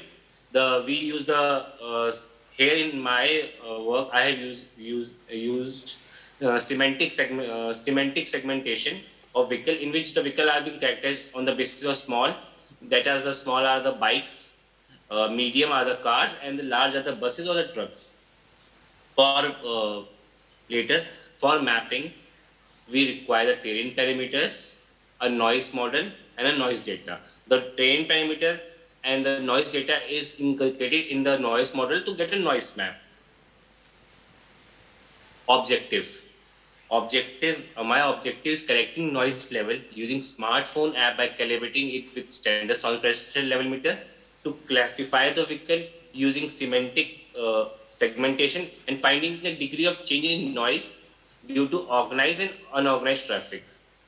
Because as we move toward we are moving towards there is a lot of change in the segmentation of the roads, as the corridors are nowadays in India, the corridors are like 4-lane corridor, 2-lane corridors are there. So if the vehicles are going in a same direction with a constant speed or the variation in the speed, they will there is some reduction in the honking. On the other hand, if the vehicles are coming against each other on a same lane, then they have to press horn, that will create a honking, and the noise level at that zone will marginally be increased. And later, GIS-based mapping using smart technique for metropolitan cities. This is a methodology. Here I have selected Lucknow, which is my native city. I am from Lucknow, which is a diversified road network. Diversified here basically means the different set of roads are there. Some are the narrow roads, some are the 30-meter lane roads, some are the 60-meter lane roads, some are 80-meter, some are 100-meter. They diversify in the road network, and there is also some diversity in the number of vehicles over the road. As the number of time zone with the time in morning, afternoon, or evening, there is a vast variation in the road noise. As the number of vehicles increases. In peak hour, basically like in morning, when the number of persons are going to schools, colleges, offices, the number of vehicles increases. In afternoon, there is some reduction in number of vehicles, and in evening, around 6 to 7, there is some increase in number of vehicles. So I have just collected the noise data for these three segments of time. The diversified road network using smartphone, noise data is being collected. Here I got the terrain parameter and the noise data, which is being calibrated sound pressure level meter. We incorporated that in noise model. Also, the second way of characterization is, the second method is characterization. Characterization basically we got the Google Earth image in which we have used the semantic segmentation, in which in segmentic segmentation there are three parts. Firstly, the pixels level class is basically masked using convolutional network in which the finding of the image is recognized on the basis of object, shape, or scene. Then vehicle detection by regressing the bounding boxes. And third is the object level classification. These three methods will basically use to classify the image on the basis of small vehicle, large vehicle, and medium vehicle. These, when the classification will basically be done, then we give a noise value which we have measured for individual vehicle. If a bike is there, then that will create a noise value of 40 to 50 dB. On the other hand, if a car is moving in so and so speed, then it will create a noise value of 60, and so for the bus. This noise value is basically being given to the noise model, and from noise model, we are using a terrain parameter to map it on a GIS platform. GIS platform, here we are using ArcGIS, which is of ESRI-E3 for mapping. The noise map is basically made for the organized and unorganized network, and then comparison road network. This is the methodology of my work. This is the study area. Here in the upper part is the unorganized, and second one is the organized. Here the so much land. In second image, there is a mixed land use pattern. So many houses are there. On the other hand, in the first image, which is the upper one, here in this, there is some open land use. And the number of vehicles are also less as compared to this segment, which are having more number of vehicles. These are the computations. As noise propagate, it get reflected, refracted, or diffracted. So there is some diversion of noise value, and there is some reduction in noise value due to attenuation. So here we have used the distance attenuation. This is the formula 20 log 10 distance plus 11 to calculate the attenuation which is being there from the noise source to the receiver end. This is the logarithm sum function in which the number of sources which are creating a noise and which comes to the receiver, that value we get through this logarithm sum function. Means the receiver, if number of sources are 4, then we use this logarithm sum function to calculate the noise value at the receiver. And barrier attenuation. This is the barrier attenuation formula in which n is the Fresnel number, which is calculated by path difference. Path difference can be calculated by distance minus the indirect path minus the direct path. Indirect path is like the longest path which is being taken, and direct path is it's called the displacement, the nearest path. So n is equal to path difference divided by wavelength by 2, lambda by 2. Now the results. Here in this table basically shows the calibration of noise capture, which is the noise app with the sound pressure level meter. Here we have just gone this experiment in an aqueous chamber. In the variation in the frequencies 63, 125. This is the message 250, 500. Multiple frequencies are there. We have just played a single tonal sound in an aqueous chamber. Aqueous chamber basically means that there is no external sound, and the sound will be observed there only. And we have kept the noise capture app and the sound pressure level meter 1 meter apart from the noise source, and if the sound is basically been played, it is been recorded, and we found these are the variation in the noise these are the variation in the dB values. This is the semantic segmentation in which the images image 1, image 2 are there. Then this way we have just classified. These are the medium vehicles, these are the small vehicles. Small are the bikes, medium are the cars, and the purple are the trucks. This is a diagram of the semantic segmentation. This is a source. So basically the image which we have to segment. Then we have made the different layers according to which we can basically classify the image. Encoder and decoder, dense prediction, then softmax is there, and basically the last one is the segmentation. Segmentation basically means the image which has been there in different colors is basically been segmented on the basis of the shape, color, or image design. This is a flow chart for a plant. Here the plant image is basically been segmented using the semantic segmentation. Input is the RGB image, and index space segmentation is there. The crop image by mask, analyzing the color determination and threshold. These are the maps which I made over the ArcGIS platform using the smartphone based noise app, in which the first map, which is the of Handyman's Crossing. This is a crossing which is in Lucknow, and this is my study area. The map which I showed you earlier of organized and unorganized Google Earth image. On that only I have made this. I have done this noise mapping.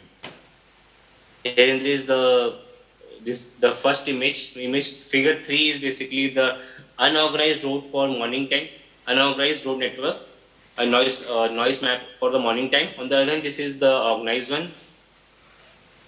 In unorganized, there is the level of noise level increases to 84.48. On the other hand, in organized, there is some reduction, 61.53, because as the number of vehicles, there are so many houses are also there which act as a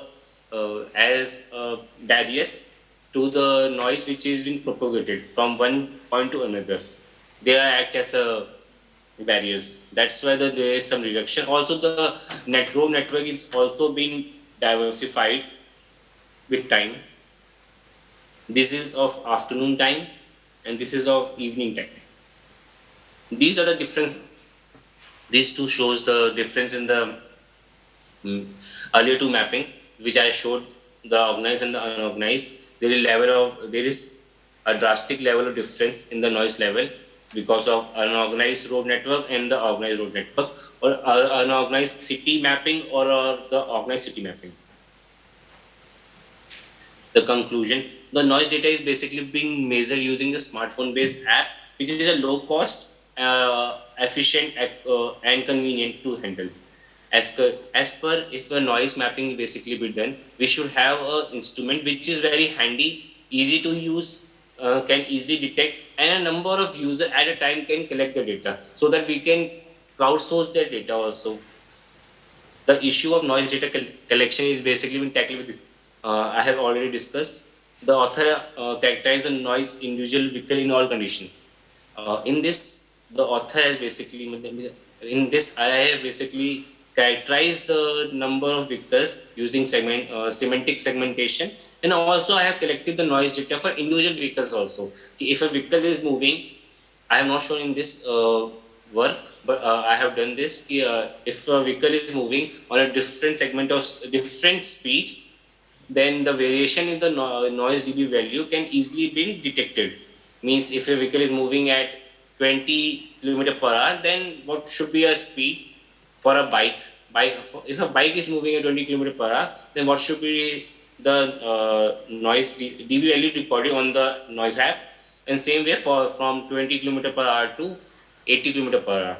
The variation I have measured, taking all the parameters in a ambient conditions. Basically not in like there is some drastic change in the vehicle noise due to some engine problem, some other problem. The author also concluded that the planned and organized road network, the vehicle speed is merely high, but the honking is very low. That reduces the noise level at the crossing. Though if we have the organized road network, as like in developed countries, the vehicle speed is high, aerodynamic noise is there, frictional noise is there, but honk is not there. Honking though create a lot of noise because the horn which is basically pressed lead to a noise dB value of around 90 to 100 dBA according to the type of horn. For a basic of a small vehicle to the large vehicle, it goes to around 110 at the point of connection with the vehicle. Though it get attenuated, some reduction is around 20 dBA. Rather, in unorganized road network, there is substantial increase in noise level due to chaos. As in organized, I have earlier discussed at the crossing, if the road network is not organized, the number of vehicles will interact at a same cross section, and there is no such passage. Then they will create a chaos and press the horn, which will increase the noise. And also the passage is so much less, there is no propagation of noise, so there is no reduction in noise. That's why that will be the red zone, high level noise zone will be there. The collaborative mapping in conjunction with the user health indicator. Yeah, in this work, I have also tried to find out the so what are the health implications taken into account by the people who are residing near to the crossing or who are accessible to the high noise, by doing a survey, which is not being shown here. These are the future scopes. The use of smartphone-based app can help the user to determine the significant consequences as a reasonable amount using a smartphone-based app with the characterization of vehicle on the basis of classifier to determine the type of the user vehicle will be able to determine the level of noise at his or her location. As a user can basically classify the number of vehicles, counting the number of vehicles, he can easily determine what will be the noise dB, what will be the dB value at his location, and what are the precautions he should take during going out or being at the place, what are the barriers he should use. The study will also look into people preference for hospital, school. By using this smartphone-based app, a person can easily record the noise data. He can easily predict in later phase of the life where the person should build her home, where a window should be there. He can easily analyze about the circumstances regarding the propagation of noise, so that he can have the proper orientation of his house. So he can easily organize it. Means we are going from an unorganized network of roads or the city to the organized. The entire prediction will be geospatial made in a GIS environment with additional clues such as a distance from hospital, etc. This will be more beneficial. These are the references. Thank you.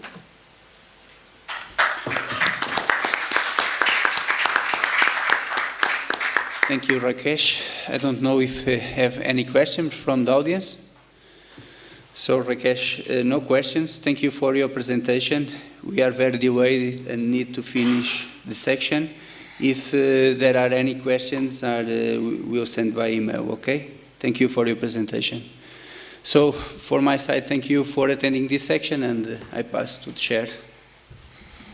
Well, thank you, Pedro.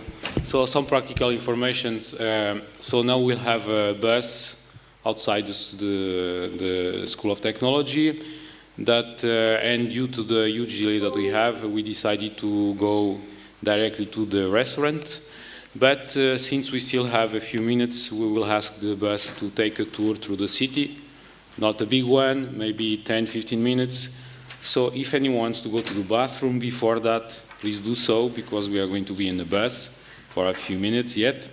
And we'll join you outside here outside the auditorium, okay? So thank you, and see you tomorrow.